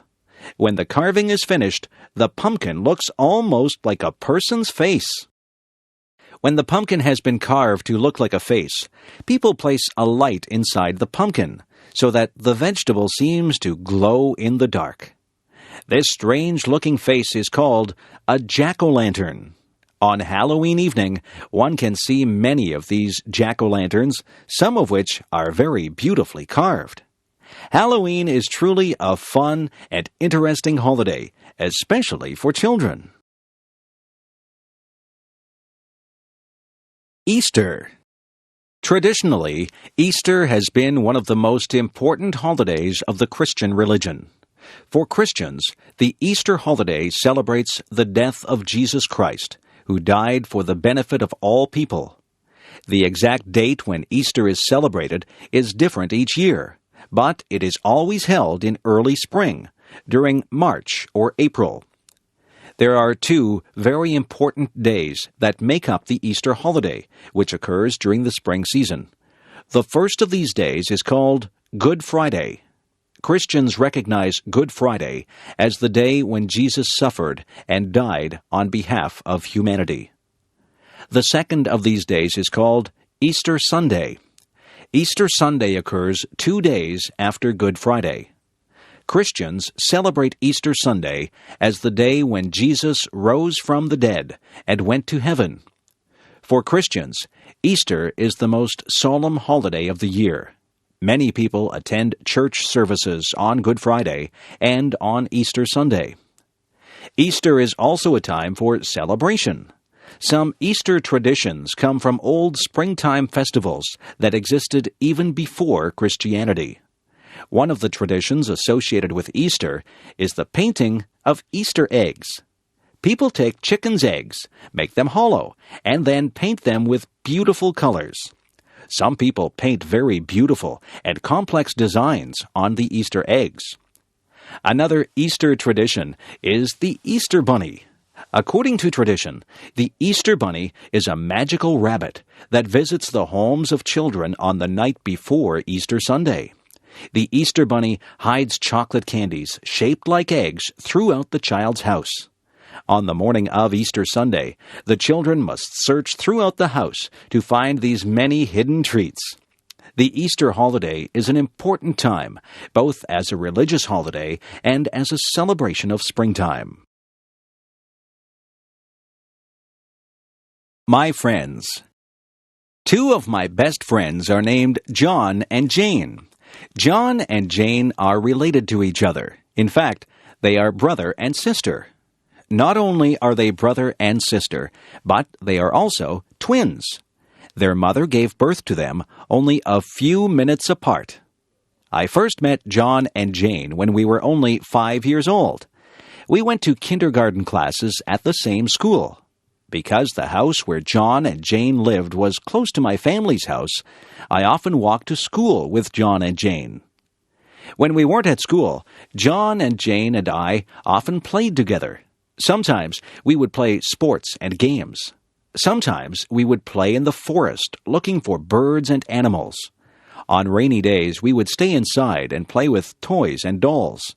On warm summer days, we would go swimming in the lake that was near the place where we lived. I often visited John and Jane at their house. On many occasions, I had lunch at their place. John and Jane's parents were very nice to me. Of course, John and Jane often visited my house, too. My parents enjoyed it when John and Jane came over for lunch. When I became older, I remained friends with John and Jane. Sometimes we would study or do our school homework together. Sometimes we worked at the same part-time jobs to make extra money. We often helped each other in various ways. Sometimes I did a favor to help John or Jane, and sometimes they did favors to help me. Eventually, when we grew up, I moved to a different town. Both John and Jane also moved to different places. But I am still good friends with John and Jane. 2 years ago, I went to Jane's wedding, and last year, I went to John's wedding. I think I will probably always be friends with John and Jane. Having friends is very nice. I am very lucky to have had good friends such as John and Jane. Hobbies. Hobbies are activities that people do in their spare time for the sake of enjoyment. A hobby usually involves work of some kind, but the work is fun for the person who does it. Some people enjoy their hobbies very much and like to spend much time on those hobbies. There are many different hobbies that people enjoy. One of the most popular hobbies is gardening. Many people enjoy growing beautiful flowers or tasty vegetables in a garden near their house or apartment. People who have a garden enjoy seeing the results of their work when flowers show their bright, beautiful colors. But gardeners also enjoy the tasks of gardening itself. They like to work in the soil, planting and watering their flowers. Another popular hobby is photography. Some people enjoy taking pictures of the people and places around them. People who enjoy photography may sometimes buy expensive cameras that allow interesting photographs to be taken. But even people who have only a basic camera can still take beautiful pictures. For many people, car repair is a favorite hobby. Some people enjoy looking at the engine and other parts of their cars. Those people make repairs or improvements to their cars. Of course, this is a useful hobby, but many people enjoy fixing up a car simply because they enjoy working with cars. Some people collect objects as a hobby. For example, some people collect postage stamps, and some people collect coins. It can be very satisfying to find the missing parts of one's collection, especially when the stamps or coins are very rare. Of course, these are just a few of the many hobbies that people enjoy. Do you have any hobbies that you enjoy? Life in outer space? People have often wondered about whether or not there is life beyond the planet Earth. For years, the idea of intelligent life on other planets has been very popular. Many books and movies tell stories of what those forms of life might be like. Many scientists believe that very simple forms of life are likely to exist on many other planets. Under the right conditions, simple life forms might arise. Those conditions, which include moisture and warmth, might occur in many parts of the universe. Fewer scientists believe that very intelligent forms of life are likely to exist on many other planets. For intelligent life to evolve, a very long period of time is needed. During that time, the conditions on a planet must not be too harsh. Otherwise, the evolving life forms will die. The amount of water, heat, and various chemicals must be just right. If not, then complex life might never evolve. The conditions needed for intelligent life to evolve are very unlikely to occur on any one planet. However, some scientists believe that intelligent life might be common in the universe. Because there are so many stars and planets in the universe, there might be a few places that have intelligent life. However, those places are probably very, very far away. Other scientists disagree. They think that the conditions needed for intelligent life are extremely rare. Because of this, our planet might be the only place that has intelligent life. So far, it is impossible to know whether or not there are intelligent beings on other planets. But even if those beings do exist, it seems very unlikely that we will ever meet them. Video designed by EngLish7levels.com. Reading the newspaper. I often enjoy reading the newspaper. In my city, there are 3 different newspapers, and I look at different newspapers on different days. I find that each section of a newspaper has some interesting information. Most newspapers contain several sections that can be easily removed from the rest of the newspaper. The main section is found at the front of the newspaper. This section usually contains the most important news from around the world, from around the nation, and from the local area. Sometimes the main section also includes some pages that contain opinions about the news. The editors of the newspaper write an editorial opinion. Other writers provide many different opinions about current events. Also, some readers of the newspaper write letters to the editor in which they express their opinions. Another popular section of the newspaper is the sports section. This section contains information about many different sports events. The sports section provides scores and results from many games and competitions. Another section of the newspaper contains information about entertainment and the arts. The arts and entertainment section tells readers about new movies and plays. It also describes new books, music concerts, and art exhibits. Most newspapers also have a business section. This section provides information about new business deals and about the stock market. Many people read the business section of the newspaper to gain information and advice about investing their money. Finally, newspapers usually have a section for classified advertisements. This section allows people to advertise about things they want to buy or sell. It also gives notices about job openings. Reading the newspaper is surely a good way to keep informed about many different events in the world around us. Summer jobs. In North America, many young people attend high school, college, or university. But during the summer months, most of those students work at a summer job. For most students, there are no classes during the months of July and August, and sometimes none in May and June also. Having a summer job allows students to make money that they will need during the rest of the year. They need this money because it costs a lot of money to pay for university or college. Of course, students also want money to spend on things that are fun also. Many students have summer jobs that involve working with children. For example, some students work at children's camps, where they teach children various skills and games. Some students work as lifeguards at swimming pools and at beaches. Some students do heavy work in their summer jobs. For example, some students find jobs as construction workers. Other students work in factories, and some students work on farms. There are other students who find jobs mowing lawns or collecting trash. Quite a few students work in stores. Some of these students have jobs as cashiers, and some have jobs putting products on store shelves.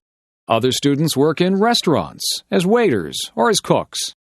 Other students work in offices. Some of them work as assistants for other employees.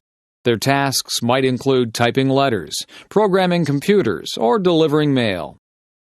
Some students enjoy their summer jobs very much, and they find those jobs to be a pleasant break from studying. Other students do not really enjoy summer jobs, but find their jobs to be a nice way to make new friends. But nearly all students who have summer jobs are pleased to have the chance to earn some extra money. Eating out. Many people enjoy the experience of going out to eat at a restaurant. It is enjoyable to eat one's favorite foods or to try some entirely new food. Going out to a restaurant is also fun because it allows a change from the usual routine of eating at home. There are many different kinds of restaurants. One popular type of restaurant is the fast food restaurant. When ordering fast food, you must first wait in line at the front of the restaurant and then order food from the counter. After paying, the food is quickly delivered and you can then take the food to a table where you can enjoy your meal. In most restaurants, you don't have to go to a counter to order your food. Instead, you are taken to a table soon after entering the restaurant. There, a waiter comes to give you a menu. You can choose your meal from the foods that are listed on the menu. After ordering, it takes some time to prepare your food. After a while, the waiter brings your meal to the table. When you are finished eating, the waiter brings the bill or check. You then pay for the meal and leave some extra money as a tip for the waiter. In some restaurants, the waiter does not bring the meal to your table. Instead, after you are taken to a table, you then go to a counter called a buffet. There you can select different types of foods, such as salads, soups, meats, breads, vegetables, and desserts. After putting the food on your plate, you return to your table. After eating, you can return to the buffet to get more food. Other restaurants can be very fancy. They may have beautiful decorations, and they may have food that is prepared by expert chefs. These restaurants may also serve fine wines with the food. Of course, these restaurants are very expensive. At these restaurants, it is often necessary to reserve a table by telephoning the restaurant in advance. Different restaurants specialize in different kinds of food. Fast food restaurants may specialize in hamburgers or chicken. Some restaurants specialize in steak or seafood. Other restaurants specialize in foods that belong to a certain nationality. For example, many restaurants specialize in Italian, Mexican, Chinese, Indian, or Thai food. Eating out at a restaurant can be a fun and tasty experience. What is your favorite kind of restaurant? Radio stations. When I drive in my car, I like to turn on the radio. By listening to the radio, I can enjoy music, and learn the latest news while I am traveling from one place to another. Of course, you can also listen to the radio at home or even at work. Listening to the radio is a popular activity for many people, and each city has many different radio stations. There are many different kinds of radio stations. Some radio stations provide news and information. Other radio stations have a talk format, where listeners can call the radio station's experts to discuss political affairs or to ask for personal advice. Although there are many radio stations that provide news and opinions, most radio stations are mainly devoted to playing music of some kind. For example, some radio stations play the songs that are currently most popular, often called the top 40 songs. Other radio stations specialize in particular types of music. There are some stations that play only classical music. Other radio stations mainly play jazz music. Some very popular radio stations play hard rock music. Others specialize in country music. Some people prefer radio stations that play rhythm and blues music. Still other people enjoy radio stations that specialize in soft, easy listening music. If you have a favorite kind of music, or even if you like to listen to all kinds of music, you can probably find at least one radio station that you will like. In addition to news and music, some radio stations provide other kinds of entertainment. Sometimes, a story from a book will be told over the radio. Occasionally, the words of a theatrical play may be heard on the radio. Even in the age of television and computers, the radio has remained an important source of entertainment and information. People will surely listen to the radio for a long time to come. Being a good citizen. Every society has laws that regulate the way people behave. A good citizen should obey laws. However, there is more to being a good citizen than merely obeying laws. There are many other things that people can do to make their society a pleasant one for every person. One way to be a good citizen is to be polite in everyday activities. For example, when passing through a door, a considerate person will hold the door open for a person who is close behind. Holding doors open is especially important when someone is carrying a heavy load. Being a good citizen is very important when traveling on the roads and streets. Pedestrians, bicyclists, and car drivers should all follow the rules of the road. Bicyclists should yield to pedestrians, and car drivers should yield to both bicyclists and pedestrians. Drivers should also allow other drivers to merge into their lanes. Also, drivers should avoid honking their horns except when this is necessary. A good citizen will also avoid doing things that interfere with others. For example, a considerate person does not smoke cigarettes in areas where this might irritate others. Also, a polite person avoids playing music so loudly that other people will be annoyed. And, of course, a good citizen avoids littering or making a mess. Other ways of being a good citizen involve greater effort. Some people serve their community by doing volunteer work of some kind. Other people help by donating money to a charity. Another way to serve the community is to donate blood. Blood donors are needed so that there will be enough blood available to help people who are sick or injured. Being a good citizen is very helpful for the community, and it also gives a feeling of satisfaction and pride. Visiting the doctor. When people feel sick, they go to a doctor. But sometimes people visit the doctor even when they are not sick. Doctors can perform a medical checkup to find out if a person is healthy. By performing this physical examination, the doctor can identify any health problems that might be developing. During a checkup, the doctor examines your eyes, ears, and throat. The doctor uses a small flashlight to examine the eyes, ears, and throat. It is important to make sure that the eyes react normally to changes in light. It is also important to make sure that the ears and throat have a normal appearance. When the doctor examines your throat, he or she will ask you to open your mouth wide and say, "Ah." The doctor uses a stethoscope to examine the patient's heartbeat, The stethoscope hangs around the doctor's neck. By using a stethoscope, a doctor can hear the patient's heartbeat very clearly. While checking the patient's heart, the doctor also listens carefully to make sure that the patient's breathing is normal. The doctor also checks the patient's blood pressure. Blood pressure is measured by placing a cuff around the arm. Air is then pumped into the cuff, and this allows blood pressure to be measured. Having very high blood pressure or very low blood pressure is not good for one's health. It is better to be in between. Another part of the examination is a test of the reflexes. The doctor tests the patient's reflexes by gently hitting his or her knee with a small hammer. If a person has normal reflexes, the leg will extend suddenly.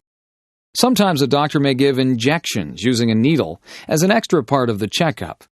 These injections, called vaccinations, prevent the patient from developing certain illnesses.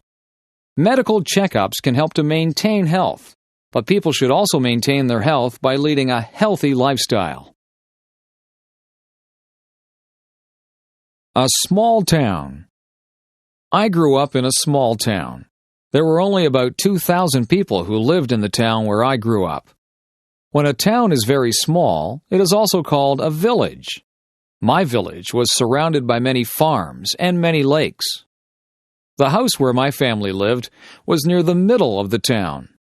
On the streets where we lived, most of the houses were similar in size, but many of them had different shapes and different colors. Each house was surrounded by a yard, where people grew their lawn and their garden. Often, I would walk from my house to the downtown part of the village. Downtown is the area where the stores and shops of a town are located. Because I lived in a small town, it was a short walk to the downtown area. Along the main street, there are several different kinds of stores. Some stores sold food, some stores sold clothing, and some stores sold hardware or building supplies. It was also a short walk to the schools in my town. When I went to elementary school, it would take about 10 minutes to walk to the school. Some of my friends lived on the same street where I lived. Sometimes we walked to school together. During the summer months, many people came from the big city to visit our village. The people liked to get away from the busy streets of the city. They enjoyed the quietness and the slow pace of village life. They also liked to spend their vacations near the lakes that were near the village. People from the city often said that people who live in villages seemed very friendly. When I grew up, I left my village and I went to work in a larger town. But sometimes I like to go back and visit the place where I grew up. Personal computers. During the 1980s and 1990s, personal computers became very widespread. The use of the computer has changed people's lifestyles in several ways. Before 1980, hardly anyone owned a computer. Only governments and large companies had computers. But throughout the 1980s and 1990s, computers became much cheaper, faster, and smaller, and they held much more memory. More and more people were able to afford to buy a computer.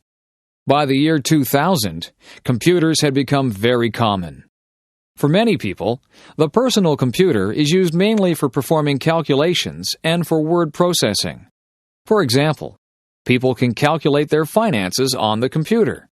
They can also use the computer to type their written documents, such as essays or letters. Many people enjoy playing games on their computers. Some people like to play chess or checkers on their computer. Other people prefer games that require fast reflexes and fine coordination. Computer games were very simple during the early days of the 1980s. Today's computer games show detailed images and sounds. Another very popular use of computers involves communication. Many people keep in touch with their friends and relatives by using electronic mail or email. Email allows people to send letters instantly to people far away. It is even possible to attach pictures to one's email messages. Many people also like to use their computer to gain information on the internet. The Internet is a vast network of electronic pages where people can find information on many different topics. For example, people can read newspapers and magazines on the Internet. Personal computers have only existed for a short time, but for many people, those computers have quickly become a very useful part of everyday life. Methods of transportation. In the modern age, people often travel long distances. Sometimes people travel for reasons related to their work. Sometimes they travel as tourists. And sometimes people travel to visit relatives and friends. There are many different ways that people can travel. Some forms of transportation move people along the ground. Other methods of transportation move people across the water or through the air. Airplanes provide the fastest method of traveling. Modern jet airliners travel at about 1,000 kilometers per hour. These airplanes cruise through the skies almost 10 kilometers above the level of the sea. Jet airplanes allow people to travel great distances in a short time. For example, it is possible to fly across a great ocean, such as the Pacific or the Atlantic, in several hours. Ships were once the only way to travel across the oceans. Before airplanes, it took many weeks or months to travel around the world. Today, many people still travel by ship when crossing smaller bodies of water. Some ships, called ferries, allow people to bring their cars with them onto the ship. Some people also like to travel by ship as part of a holiday. These holiday ships, called cruise ships, stop in several interesting ports along the voyage. Trains are very popular in many places. In some places, such as Japan and France, trains travel at high speeds of about 300 kilometers per hour. These trains move people throughout the country very quickly and efficiently. Trains are also used to move people over short distances, such as the trip from one's home to one's workplace. Buses and cars are also widely used for transportation. Some people travel by bus or car for only short trips, but sometimes buses and cars are used for very long journeys. In North America, many people have driven across Canada or the United States in their cars. The wide, smooth roads allow cars and buses to travel quickly from one place to another.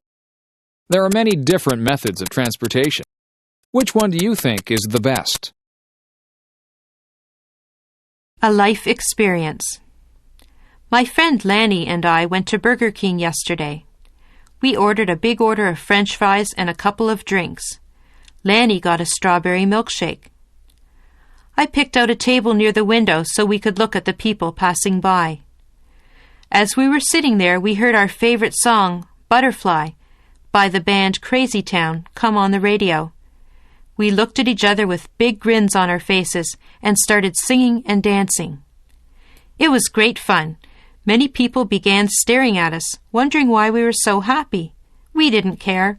We just kept on moving and enjoying ourselves. The song ended and we were almost finished our food. We sat and talked about what was happening in our lives. She had just bought 4 new t-shirts for the summer. The new sandals she had gotten for her birthday had given her really bad blisters on the sides of her feet. When she wore other shoes, she had to wear Band-Aids on the blisters. I told her that I had bought 4 new CDs. I love music. As we finished our conversation, we finished off our drinks. I like going out with Lanny and talking. Lanny is my best friend, and I can talk to her about anything. I am glad I have her to share my life with, even if it is as simple as going to Burger King and eating French fries. Lanny and I are planning to travel together, so we are trying to save our money. Our French fries and drink only came to about $6, so we didn't feel too bad about spending our money. I wonder, though, if McDonald's would have been cheaper. Airplane ride. Tasha signed a piece of paper which gave her a chance to win a free airplane ride. She put her name, address, and telephone number on that piece of paper. A few days later, she got a telephone call. It was the man that was holding the ticket draw. Tasha didn't think she would win, but the man on the telephone said she did. She listened as the man told her where she would have to go to get her free airplane ride. She had to go near the town of Grimsby. She was allowed to pick a friend to go with her on the airplane ride. Tasha was so happy. She asked her twin sister Tanya to go with her.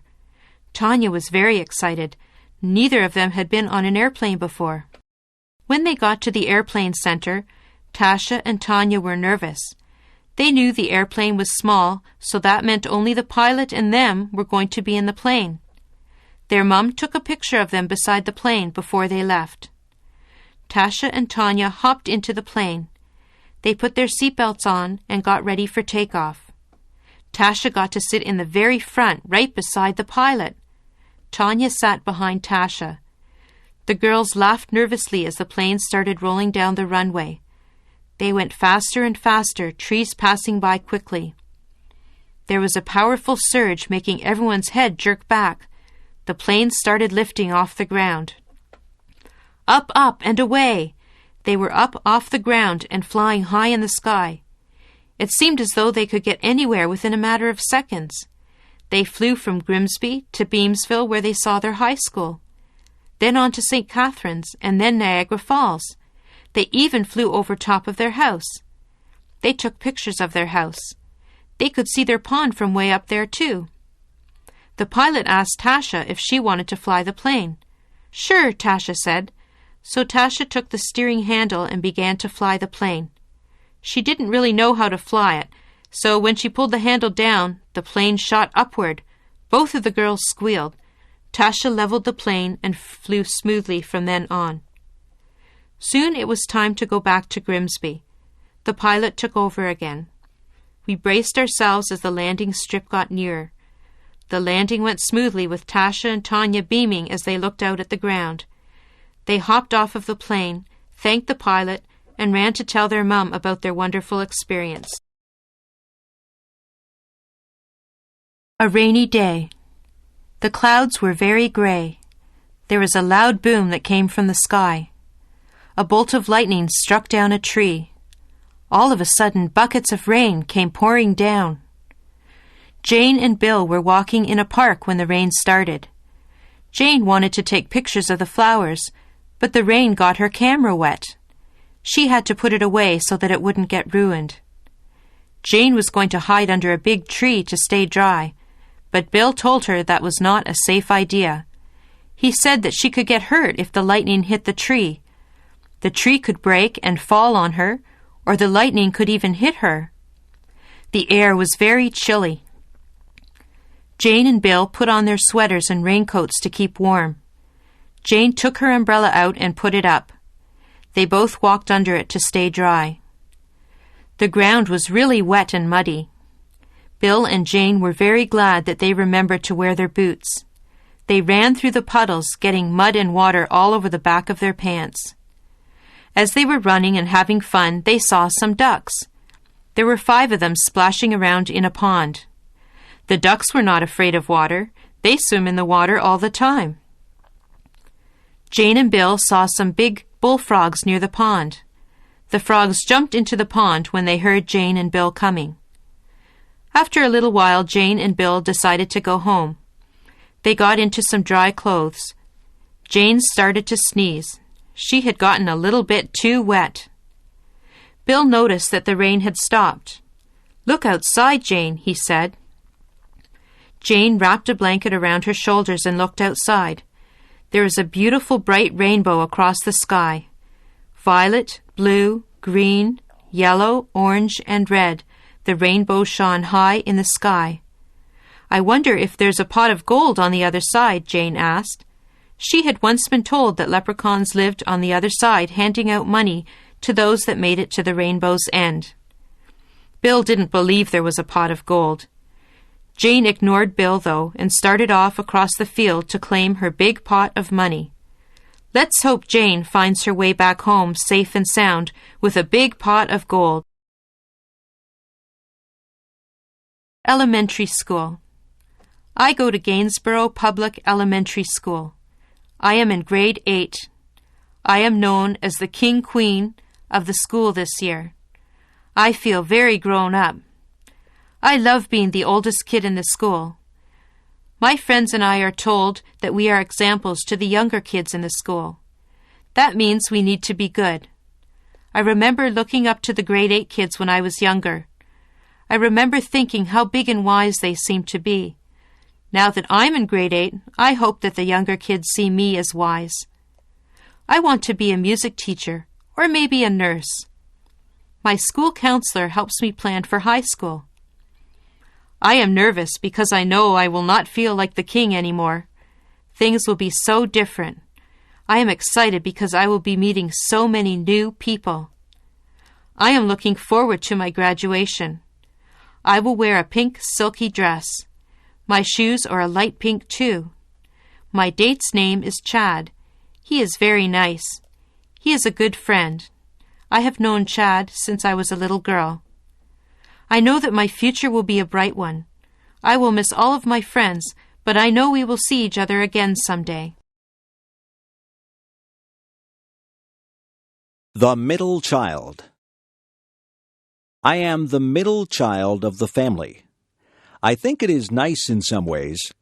I have an older sister from whom I can borrow clothes from if she lets me. I get to meet my older sister's friends, although sometimes they think that I am too young to be with them. I have a younger brother. He is cute, but sometimes I have to babysit him. There are good things and bad things about being the middle child. My sister is the eldest child. She was the first child, so she spent time alone with my parents. She got lots of attention when she was first born. They took lots and lots of pictures of her. All her clothes and toys were brand new. I got her hand-me-downs. My parents were the strictest with her. They had lots of rules for her to follow. She is the first child, so they want her to be perfect. My younger brother is the baby of the family. I think that we all spoil him. We let him get away with some things that he shouldn't get away with. His room is always messy, and my mother never gets mad about that.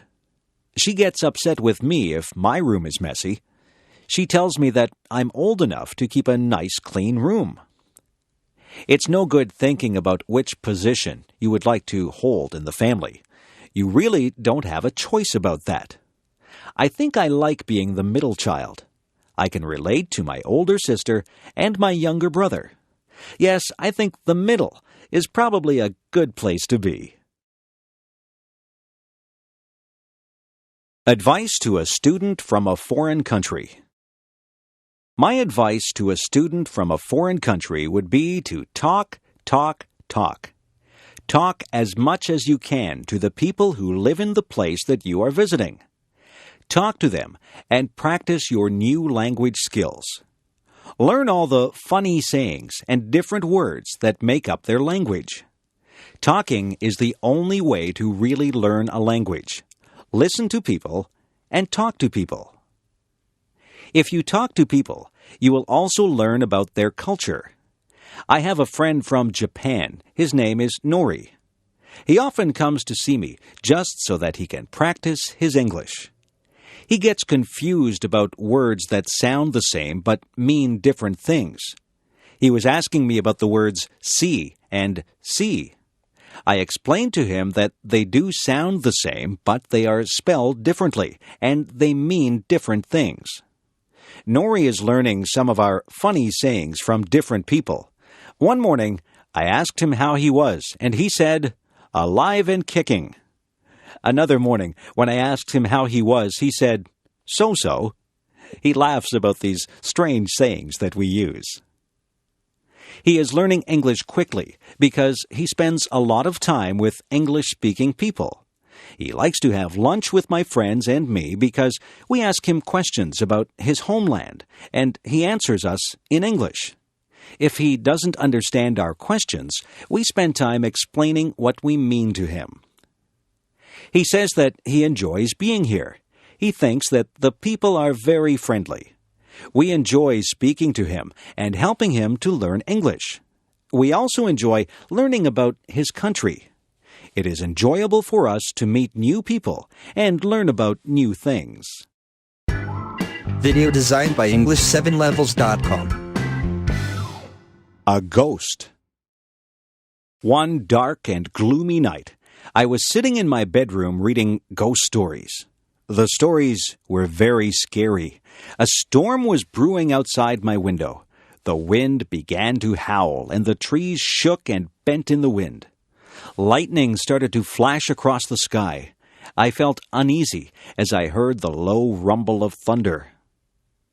I glanced around my room. The shadows were deep and dark. The ghost stories were making my imagination play tricks on me. I thought that the shadows were moving. I looked under my bed to make sure that nothing was under there. I hid under the covers and peeked out. I was starting to hear things. A big streak of lightning flashed across the sky, and a loud clap of thunder made me jump. I was very nervous. All of a sudden, I heard a noise. It was coming from my closet. I thought that it must be a ghost.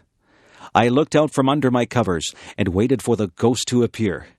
My face was white, and I was very, very scared. Then I heard the noise again. Yes, there was definitely a rustling in my closet. I stayed very still and did not make a sound. I watched the closet and hoped that the ghost would not come flying out at me. Something started to come out of the closet. I squeezed my eyes shut. I didn't dare look at the ghost. I heard it come out of the closet. I felt it jump up on my bed. I was still too scared to look. Then the ghost made a noise. It said, "Meow." I opened my eyes and saw my kitten standing there. It was my kitten that had made the rustling noises in the closet. I laughed and felt very foolish. I have decided not to read ghost stories on dark, stormy nights. I think my imagination plays tricks on me when I read ghost stories on nights like that.